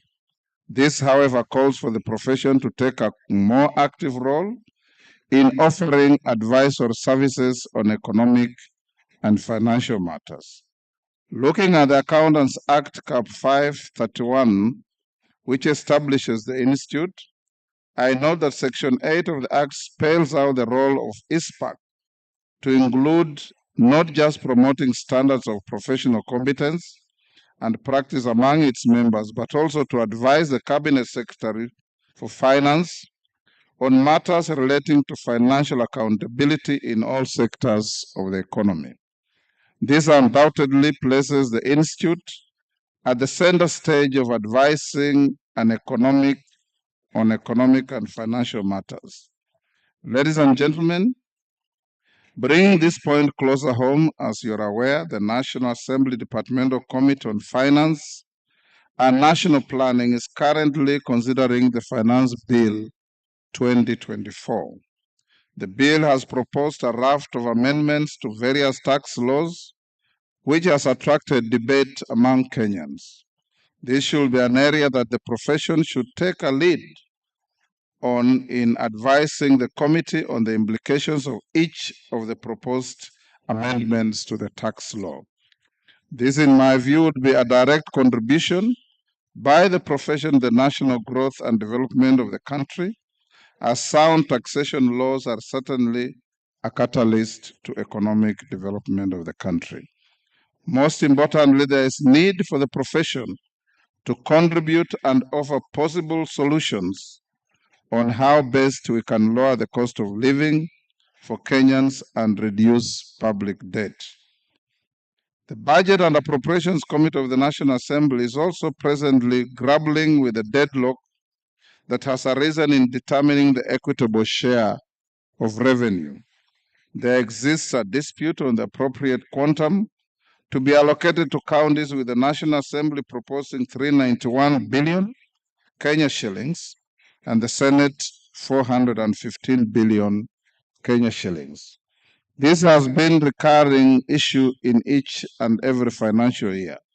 The profession, which has many experts on economic matters, can advise on how the legislature can create a balance between ensuring adequate financing of county governments amidst a tight fiscal environment. This would ensure that the objects of the devolution, as enshrined in the Constitution, are realized. Additionally, the National Assembly exercises its oversight role through watchdog committees which are mandated to examine accounts of various state organs to confirm and ascertain whether money expended was used prudently. These are accounts prepared by members of the profession, and the Institute should hence take a lead to ensure its members prepare reports that meet and encompasses the principles of public finance as espoused in Article 201 of the Constitution. In our experience, most of the audit queries that are flagged out by the Auditor General have been on issues relating to unclear financial reporting and misappropriation of funds. These issues, in my view, can be addressed if the profession enhanced the promotion of standards of professional competence and practice among its members. The beginning point of the debate about contribution of the profession in national growth and development of the country is all about professional integrity, a matter that I have no doubt the Institute keeps close to its heart. For instance, the country has been grappling with illicit financial flows in the form of tax evasion and avoidance that mainly occur through deliberate misinvoicing, base erosion, and transfer pricing as perpetrated by multinational corporations. The vulnerabilities in the financial system are further compounded by presence of a network of professional organizations and individuals who defy and exploit loopholes in both national and international laws to facilitate cross-border illicit financial flows. The perpetrators effectively rely on the assistance of experts and professionals like yourselves to undertake and conceal these illegal practices. And indeed, the Auditor General has alluded to this as well. What role could the Institute play in such instances? Notably, Kenya has one of the most developed accounting professions in the region, and ISPAC is a leader among its peers. However, the Institute is not effectively felt in the entire realm of public finance management, especially in enhancing efficiency and utilization of public resources. My challenge to the Institute is to take a center stage in spearheading PFM reforms that provide the necessary safeguards during budget implementation to deal with challenges such as pending bills that continue to pose questions on the credibility of the budget implementation process. Members, if you read the PFM Act, and Nancy, you know this, it is very clear that if you have no attendant budget, you should not procure any goods and services in whatever way. But many of you who man these centers of procurement and accounting, because before a procurement officer does procurement, they'll come to the accountant in the institution and ask if you have money. And if there is money, you'll see it in the books. But we have ballooning public debt born out of procurement for goods and services for money that is not there. And if you play your role properly, and I urge you to do so, we will run away from these ballooning pending bills that have crippled many, many people. If you go to your villages, you'll find young people, young women, mama mboga, who have been lured to tender for a job of just 500,000. Then they go to the local Shiloh and pick the money, go and do the job.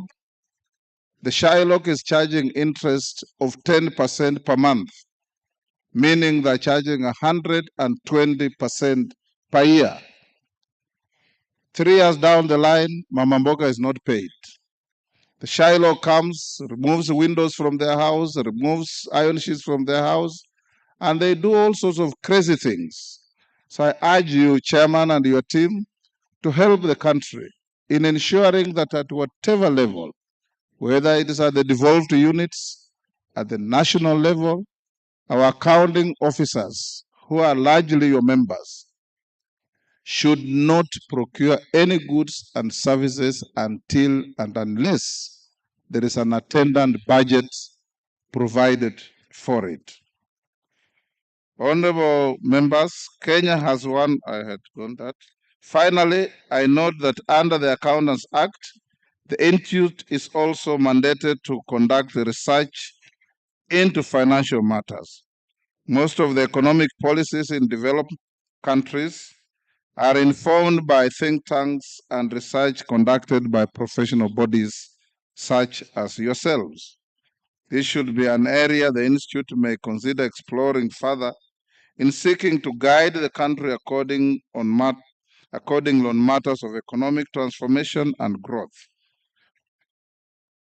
On a light note, it's said in our country that nearly everyone is an expert on financial and economic matters, and this justifies why the Institute needs to fill the gap in providing the much needed professional guidance.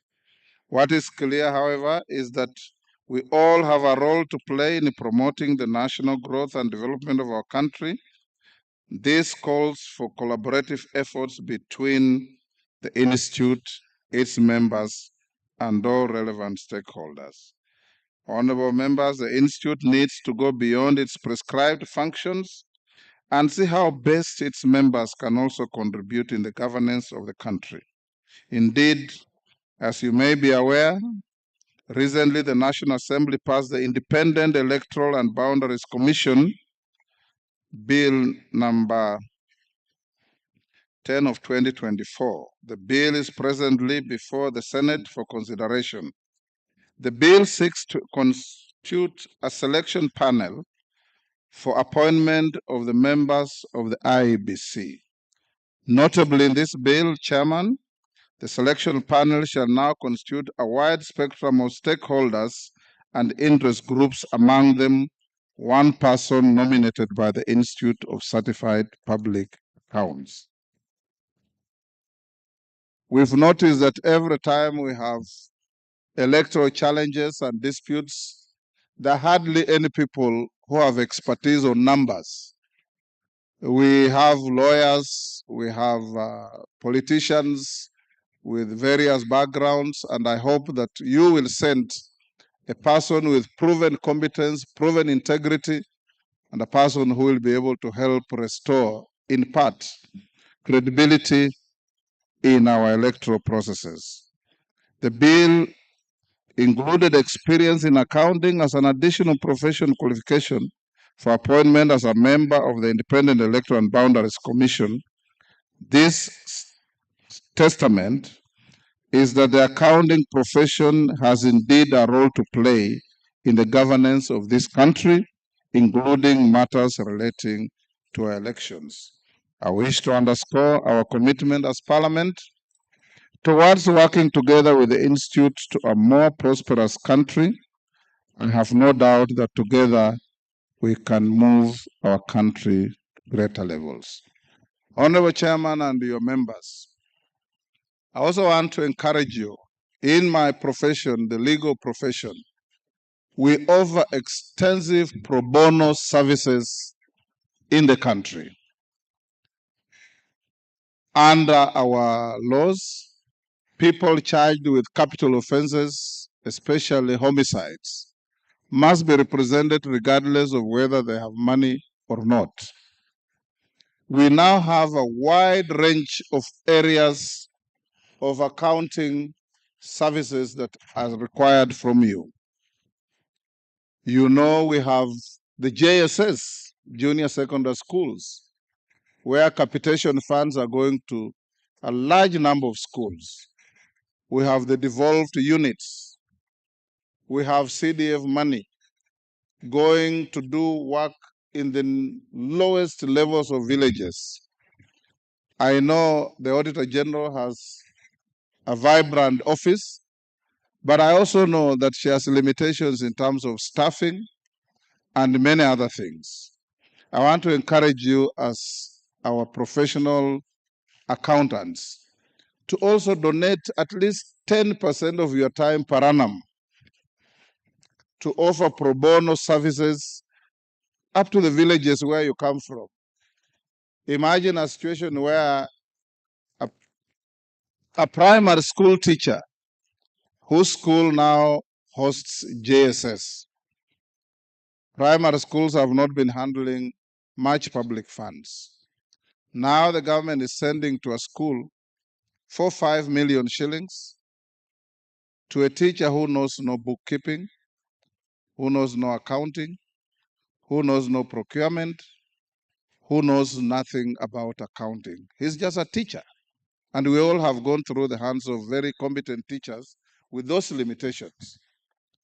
I would encourage ISPAC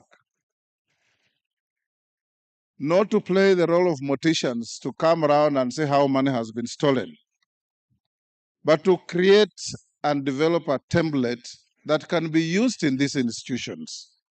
When, as a teacher, you get money, how do you budget for it?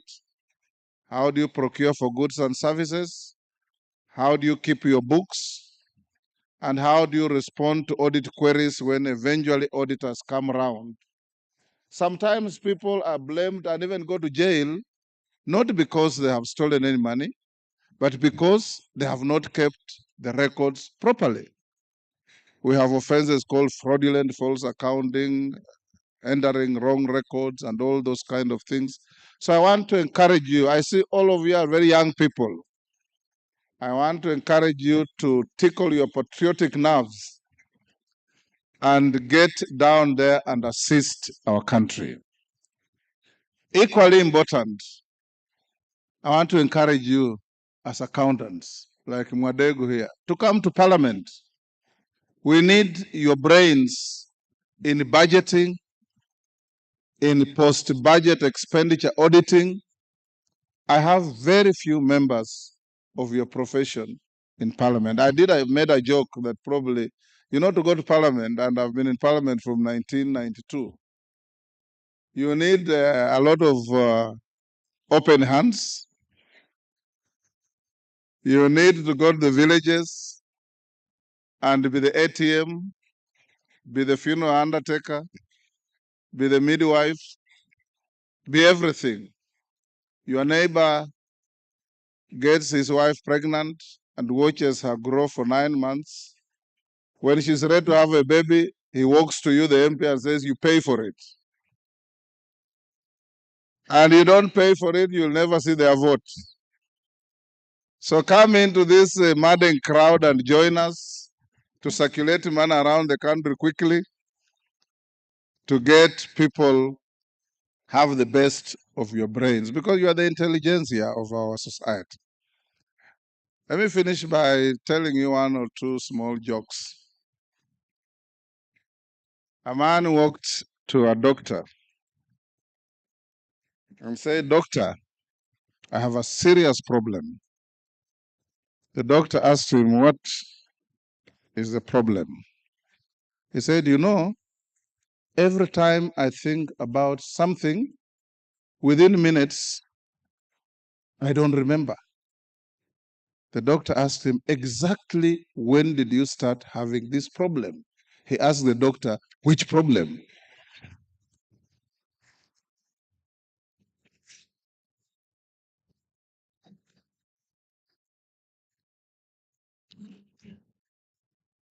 There was this wonderful lady who was married to a very rich man. After 5 years, the man died, left a big fortune. She went to her lawyer, very quickly processed probate, got letters of administration, and inherited the estate. Now, the coroner examined the body of the husband and returned a verdict that the husband had died because of eating contaminated mushrooms. After 6 months, she was very lucky she got married again to another rich man. After 3 years, he passed on. Again, the coroner's report showed he died of eating contaminated mushrooms. And she inherited another big fortune from this man. The lucky woman never fell short of getting good suitors. She got a third husband. After 3 years, he passed on. And the coroner passed a report that the man had died of a cracked skull. So the lawyer asked her, how come your first husband died of eating mushrooms? Second one eating mushrooms. This one has a cracked skull. She told the lawyer, because he refused to eat the mushrooms.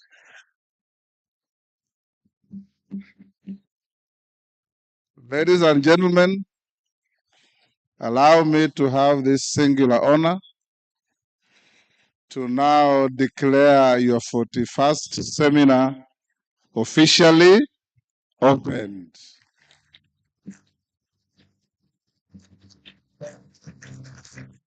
Thank you. Thank you, and God bless you.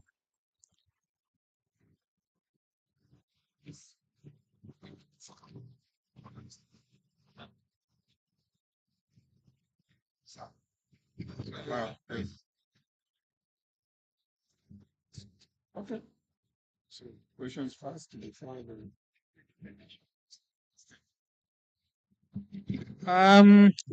Mwakazi, let's do the national anthem first. And then members, the Honorable Speaker is willing to answer 3 questions. Thank you so much. So we'll have the national anthem as instructed by the chair. And of course, there was also a request for a photo session together with the council. Yeah, we are doing that. Thank you so much. Ladies and gentlemen, and now the Kenya national anthem.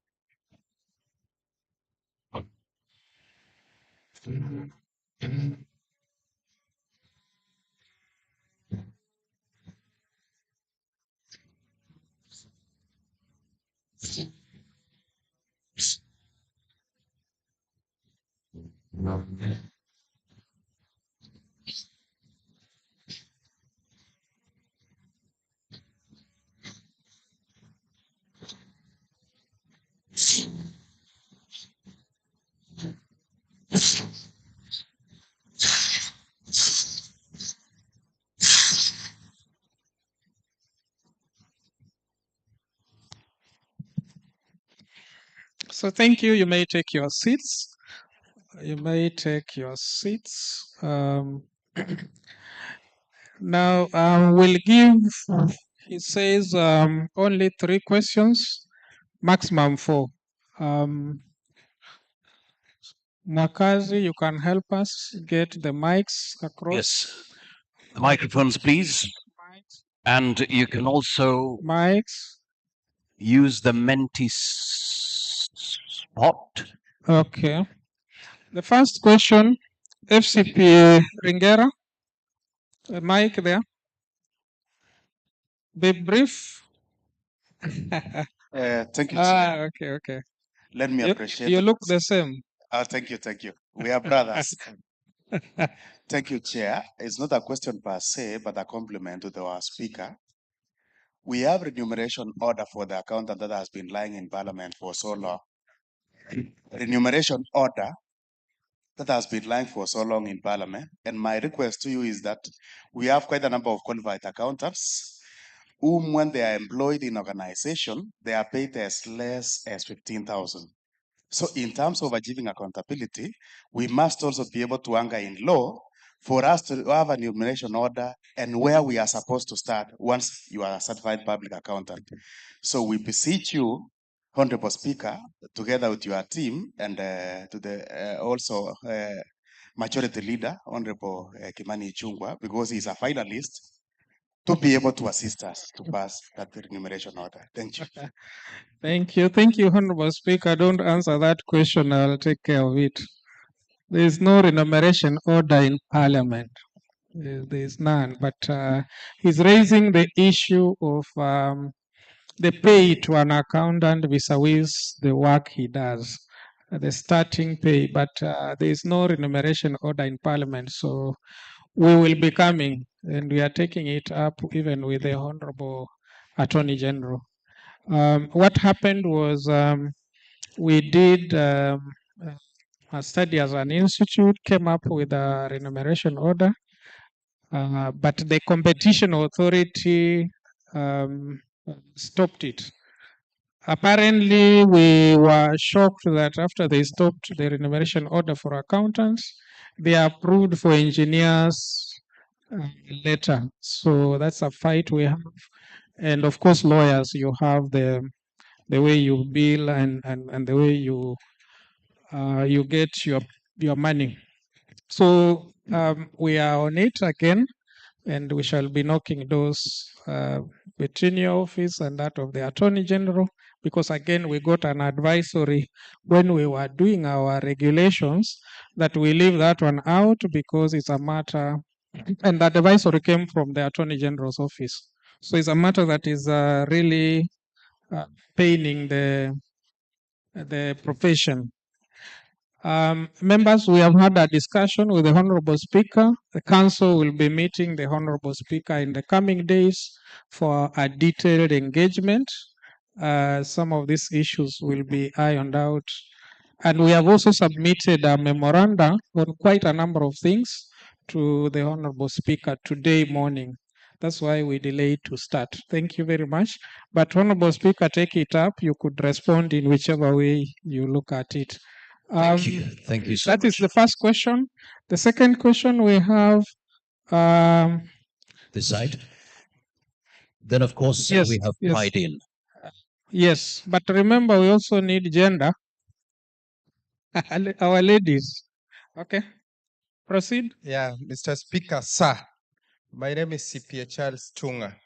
I want to put it to you that as the other arm of government, you have a critical role to help this country so much. I want to be specific with the aspect of the finance bill, for example. The finance bill is only proposed by the executive. It's only proposed. Who approves? It's your arm of government. So why is it that we are blaming the executive when it is you we should be blaming with your honorable members? Because you are the one who will now is supposed to look at it and approve before it becomes an act. The same case to what Madam FCPA Nancy has mentioned. She does the audit of the government expenditure across the ministries. She comes to and submits the report to your committees. They interrogate those reports. What happens? What happens is that we don't see anything that comes out of those misappropriations that are coming out of the same. Equally, you also pass a budget that is that is showing a lot of wastages from the government. So as a Parliament National Assembly, you have a moral authority and duty that you can help this country to enforce.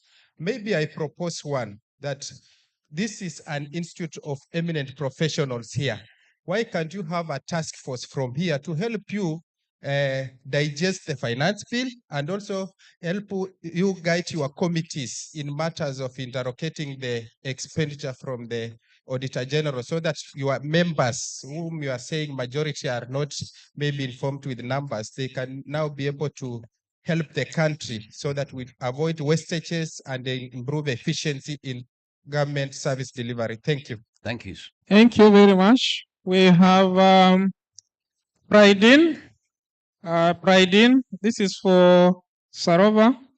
Pride in. Mwakazi, you could coordinate with us. Yes, Pride in. Let's start with Pride in 1. Pride in 1.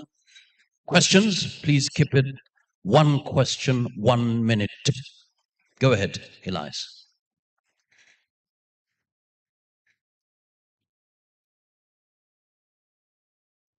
In the meantime, Pride in 2, be ready. And Sarova too. Thank you. I hope I'm audible. Yes. My name is Dr. Jack Moreno. It's for number 23. My question, I hope I'll be able to put it across to the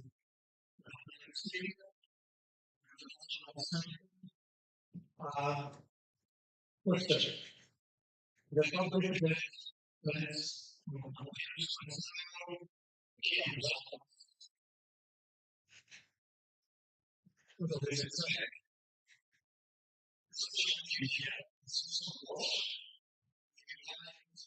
that is where we are headed going forward. Question. You bear the tax.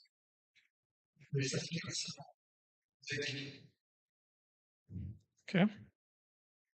Thank you so much, Pride in 1. We move on to Pride in 2. Do we have a question? Pride in 2. Sarova 2, get ready.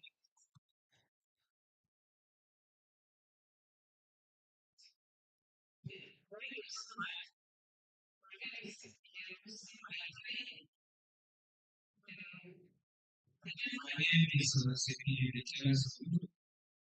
My expert number is 23079.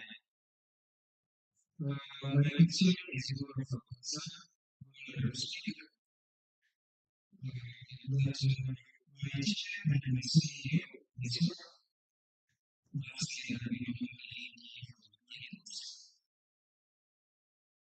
it's a form of public participation. But most of the day, the executive also have interest in public participation.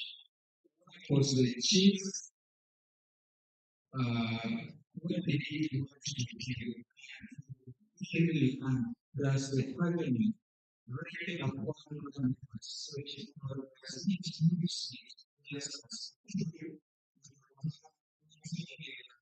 the parliament of the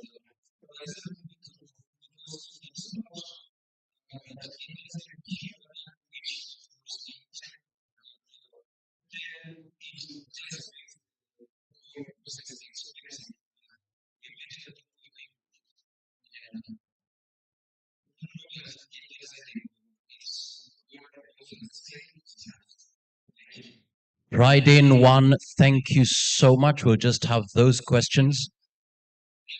Thank you. Thank you, Elias. We'll go back to Pride in 2. Please, Pride in 2. Yes, your question, ma'am.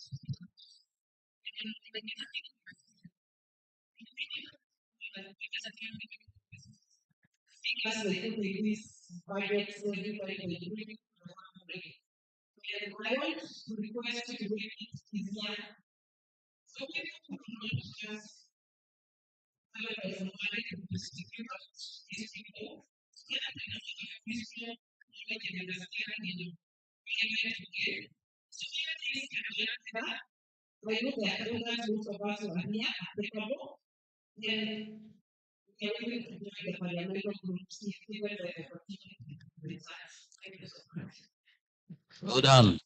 One more question from Pride in 2, Rose.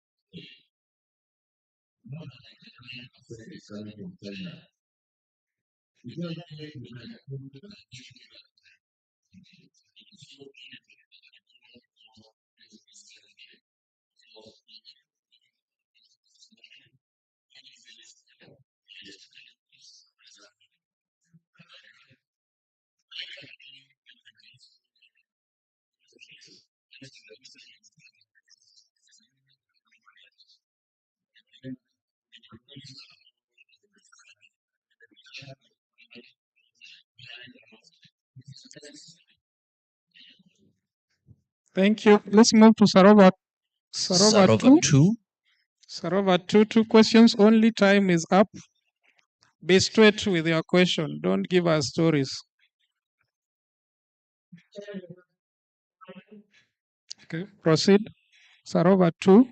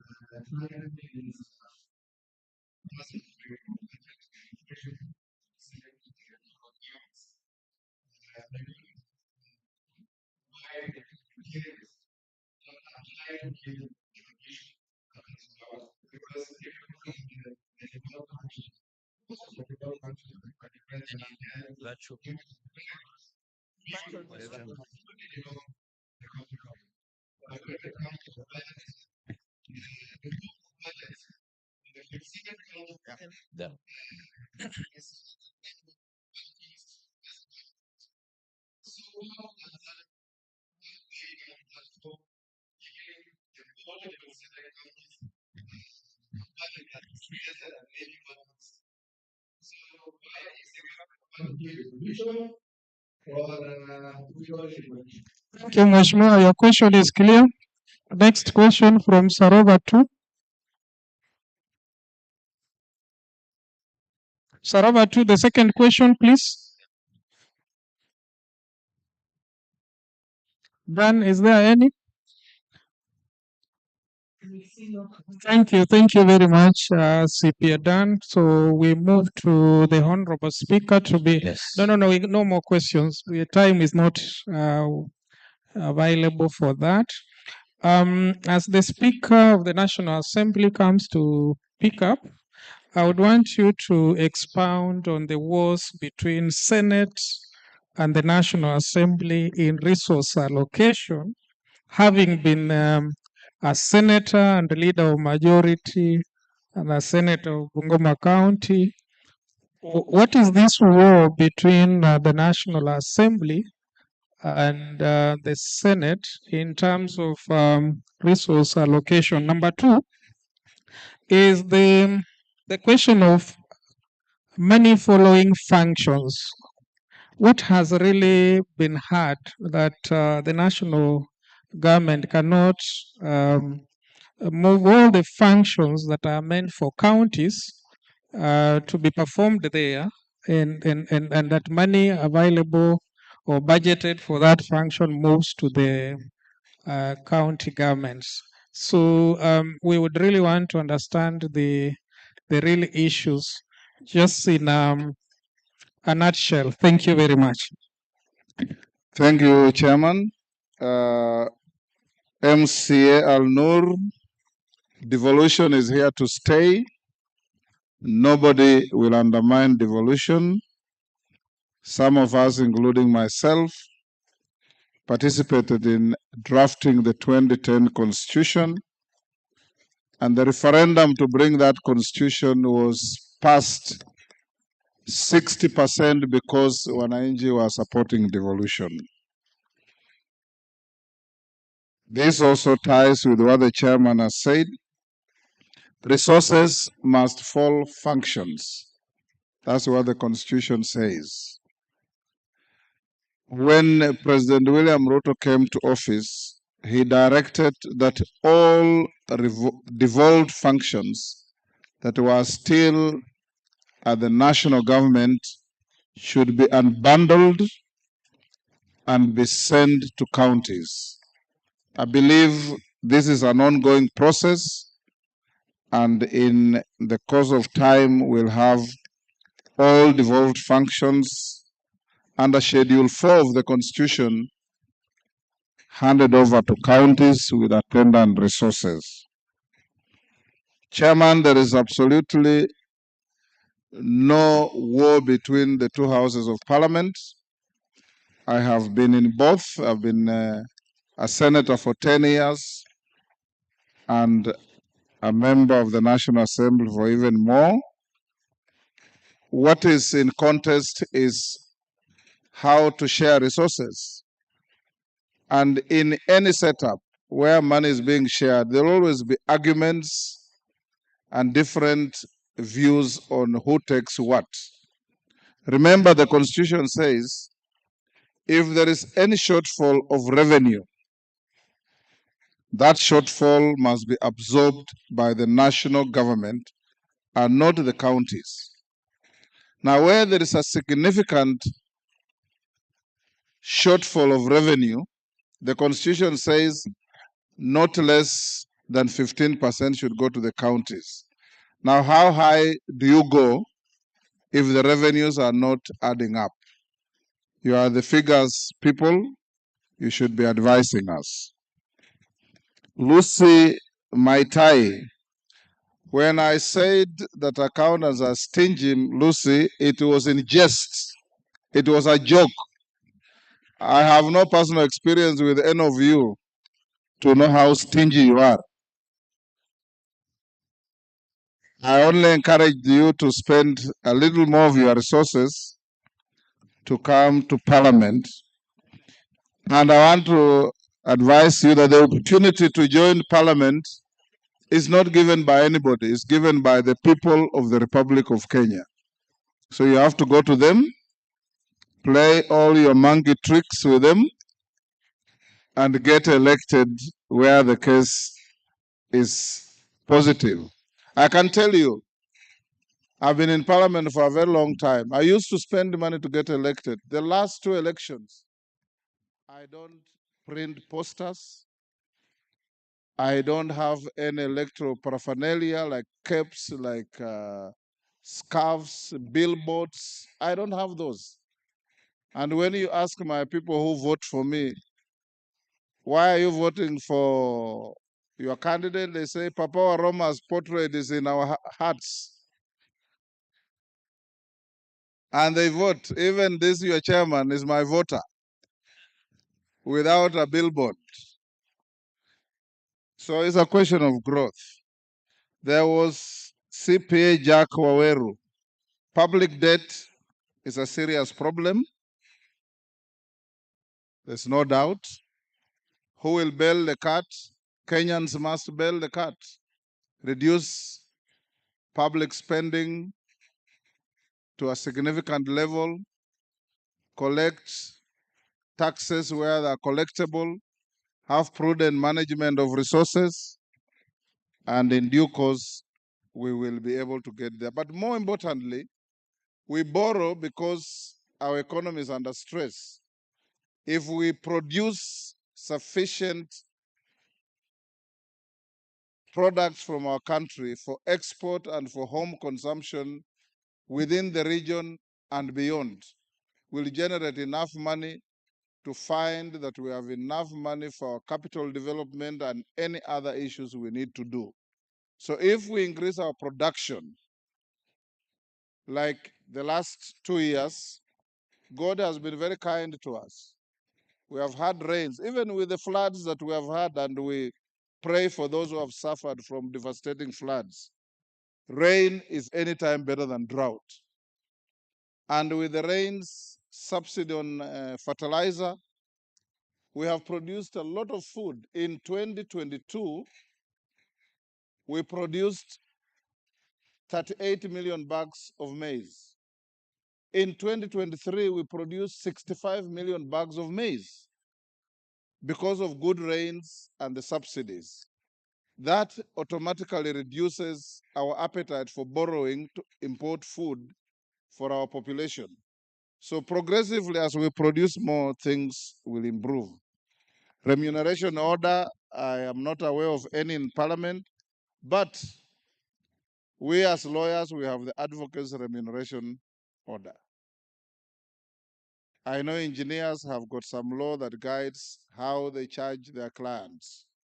If you want to legislate on this, it's entirely up to you. You know, under the new constitution, you don't need to go to the government to bring a bill to the House. You get a good accountant in the House who understands your issues.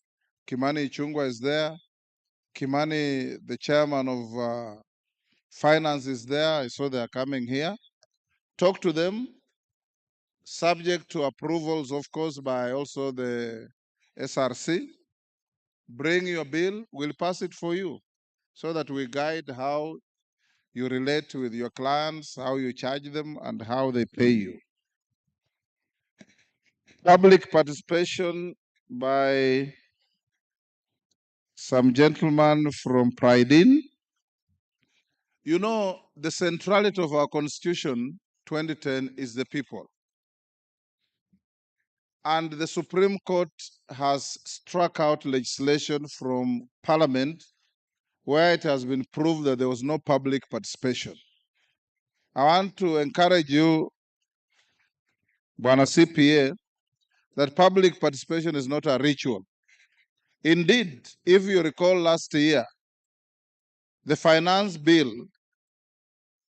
as it then was, proposed several tax measures. When we went to the public, views of the public drastically lowered some of them. Look at the housing bill. In the housing bill, the executive proposed that the housing levy was going to be 5%. The public, in their views, pushed it down to 1.5%. So it's not a ritual. Whatever the public says, Parliament takes into account. Maybe not the whole of it. And I want to issue a disclaimer. The Speaker does not participate in debate. The Speaker does not vote on any bill. It is members of Parliament that you elect who do. And keep on engaging them. And sometimes your public participation does not have to be before cameras. I told your leaders today in our closed meeting that have some form of think tank. When we publish a bill and throw it on the parliamentary portal, pick it up. Speaker's office is available, majority leader's office is available. We'll sit with you and look at what you need to do to improve our process of legislation. I think I've touched on all of them. Clothes from China, CPA, what was his name? Charles. Me, I'm wearing a shirt from Rivertex in Eldoret. So I don't know who is wearing Chinese here. But we want to buy Kenya to build Kenya. But also remember that we are not a closed economy. For us to sell out, we must also allow others to sell in. That is how economics work. So it's competition. Kenya has factories that produce clothing in Athi River, in Eldoret, in many other places. But the sorry state of things, my patriotic Kenyans, is that we are unable to produce enough. There's a small poor country in Asia called Bangladesh. And there's an American initiative called AGOA, African Growth Opportunity Act, where African countries and third world countries compete in exporting apparels, clothing to America. Bangladesh, which is physically about the size of Kenya, with 140 million people, exports to America more clothing than the entire Africa put together. Because we don't produce. Ali Mazuri said, we consume what we don't produce and produce what we don't consume. So if we change our psyche, things will be different. We'll be able to generate wealth for our country. The executive does not approve bills in parliament. I think this was an issue that was raised by somebody.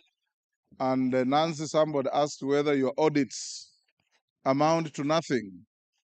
I want to tell you that there are many, many people in courts of law being prosecuted for fraud because of audit reports.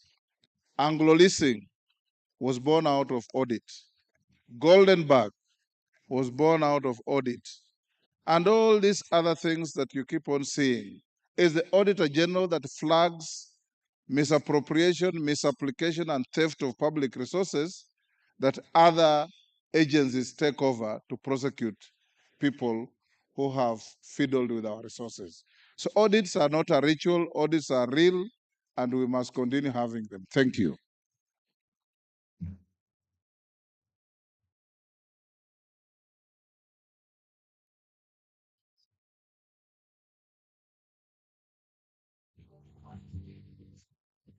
So thank you very much, Honorable Speaker. Let's give him a hand again. Yeah, so I call upon the Council of the Institute with the Honorable Speaker. Come up. We want to take a memorial photo together with the Honorable Aurelio, the Auditor General,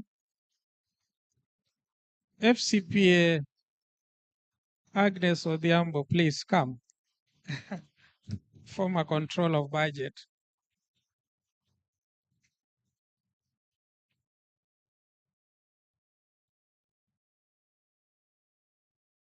I'd kindly request for the rest of us, please remain, because we have a very important announcement to make. Please don't leave.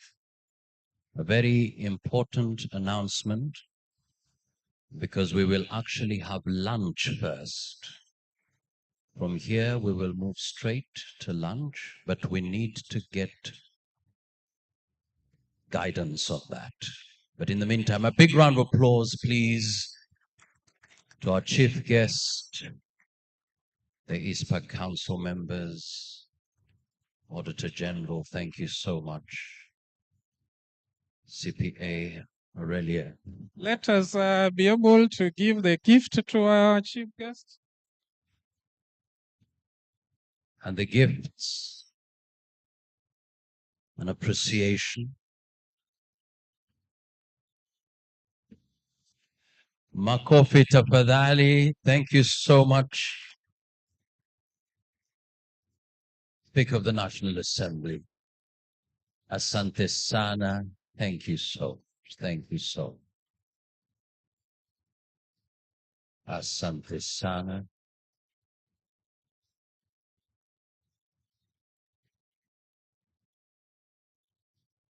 Asante sana, another gift right there.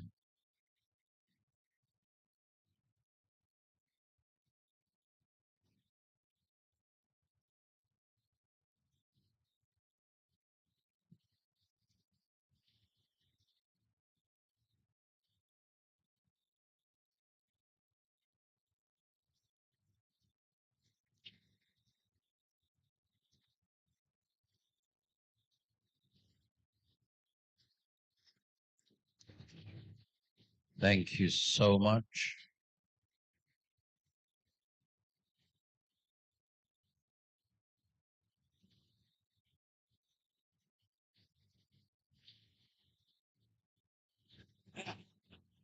FCPA Nancy Gadungu, Auditor General, thank you so much. Thank you very much. We may take our sits as the chief guest, then Raj leaves. So thank you very much. The Honorable Speaker and the guests who have received the gifts, they are actually Kenyan. They are from Kisii County. Wow. So thank you very much.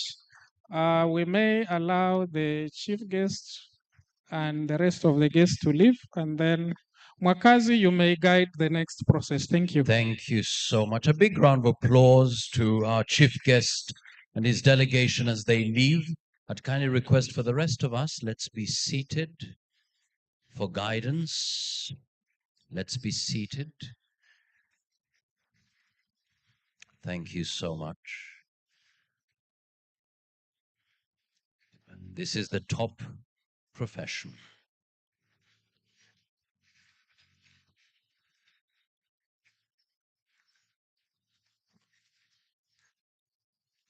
Rose and Elias from Pride Inn. I'll now hand it over to you to guide the delegates. We should meet back at 2 p.m.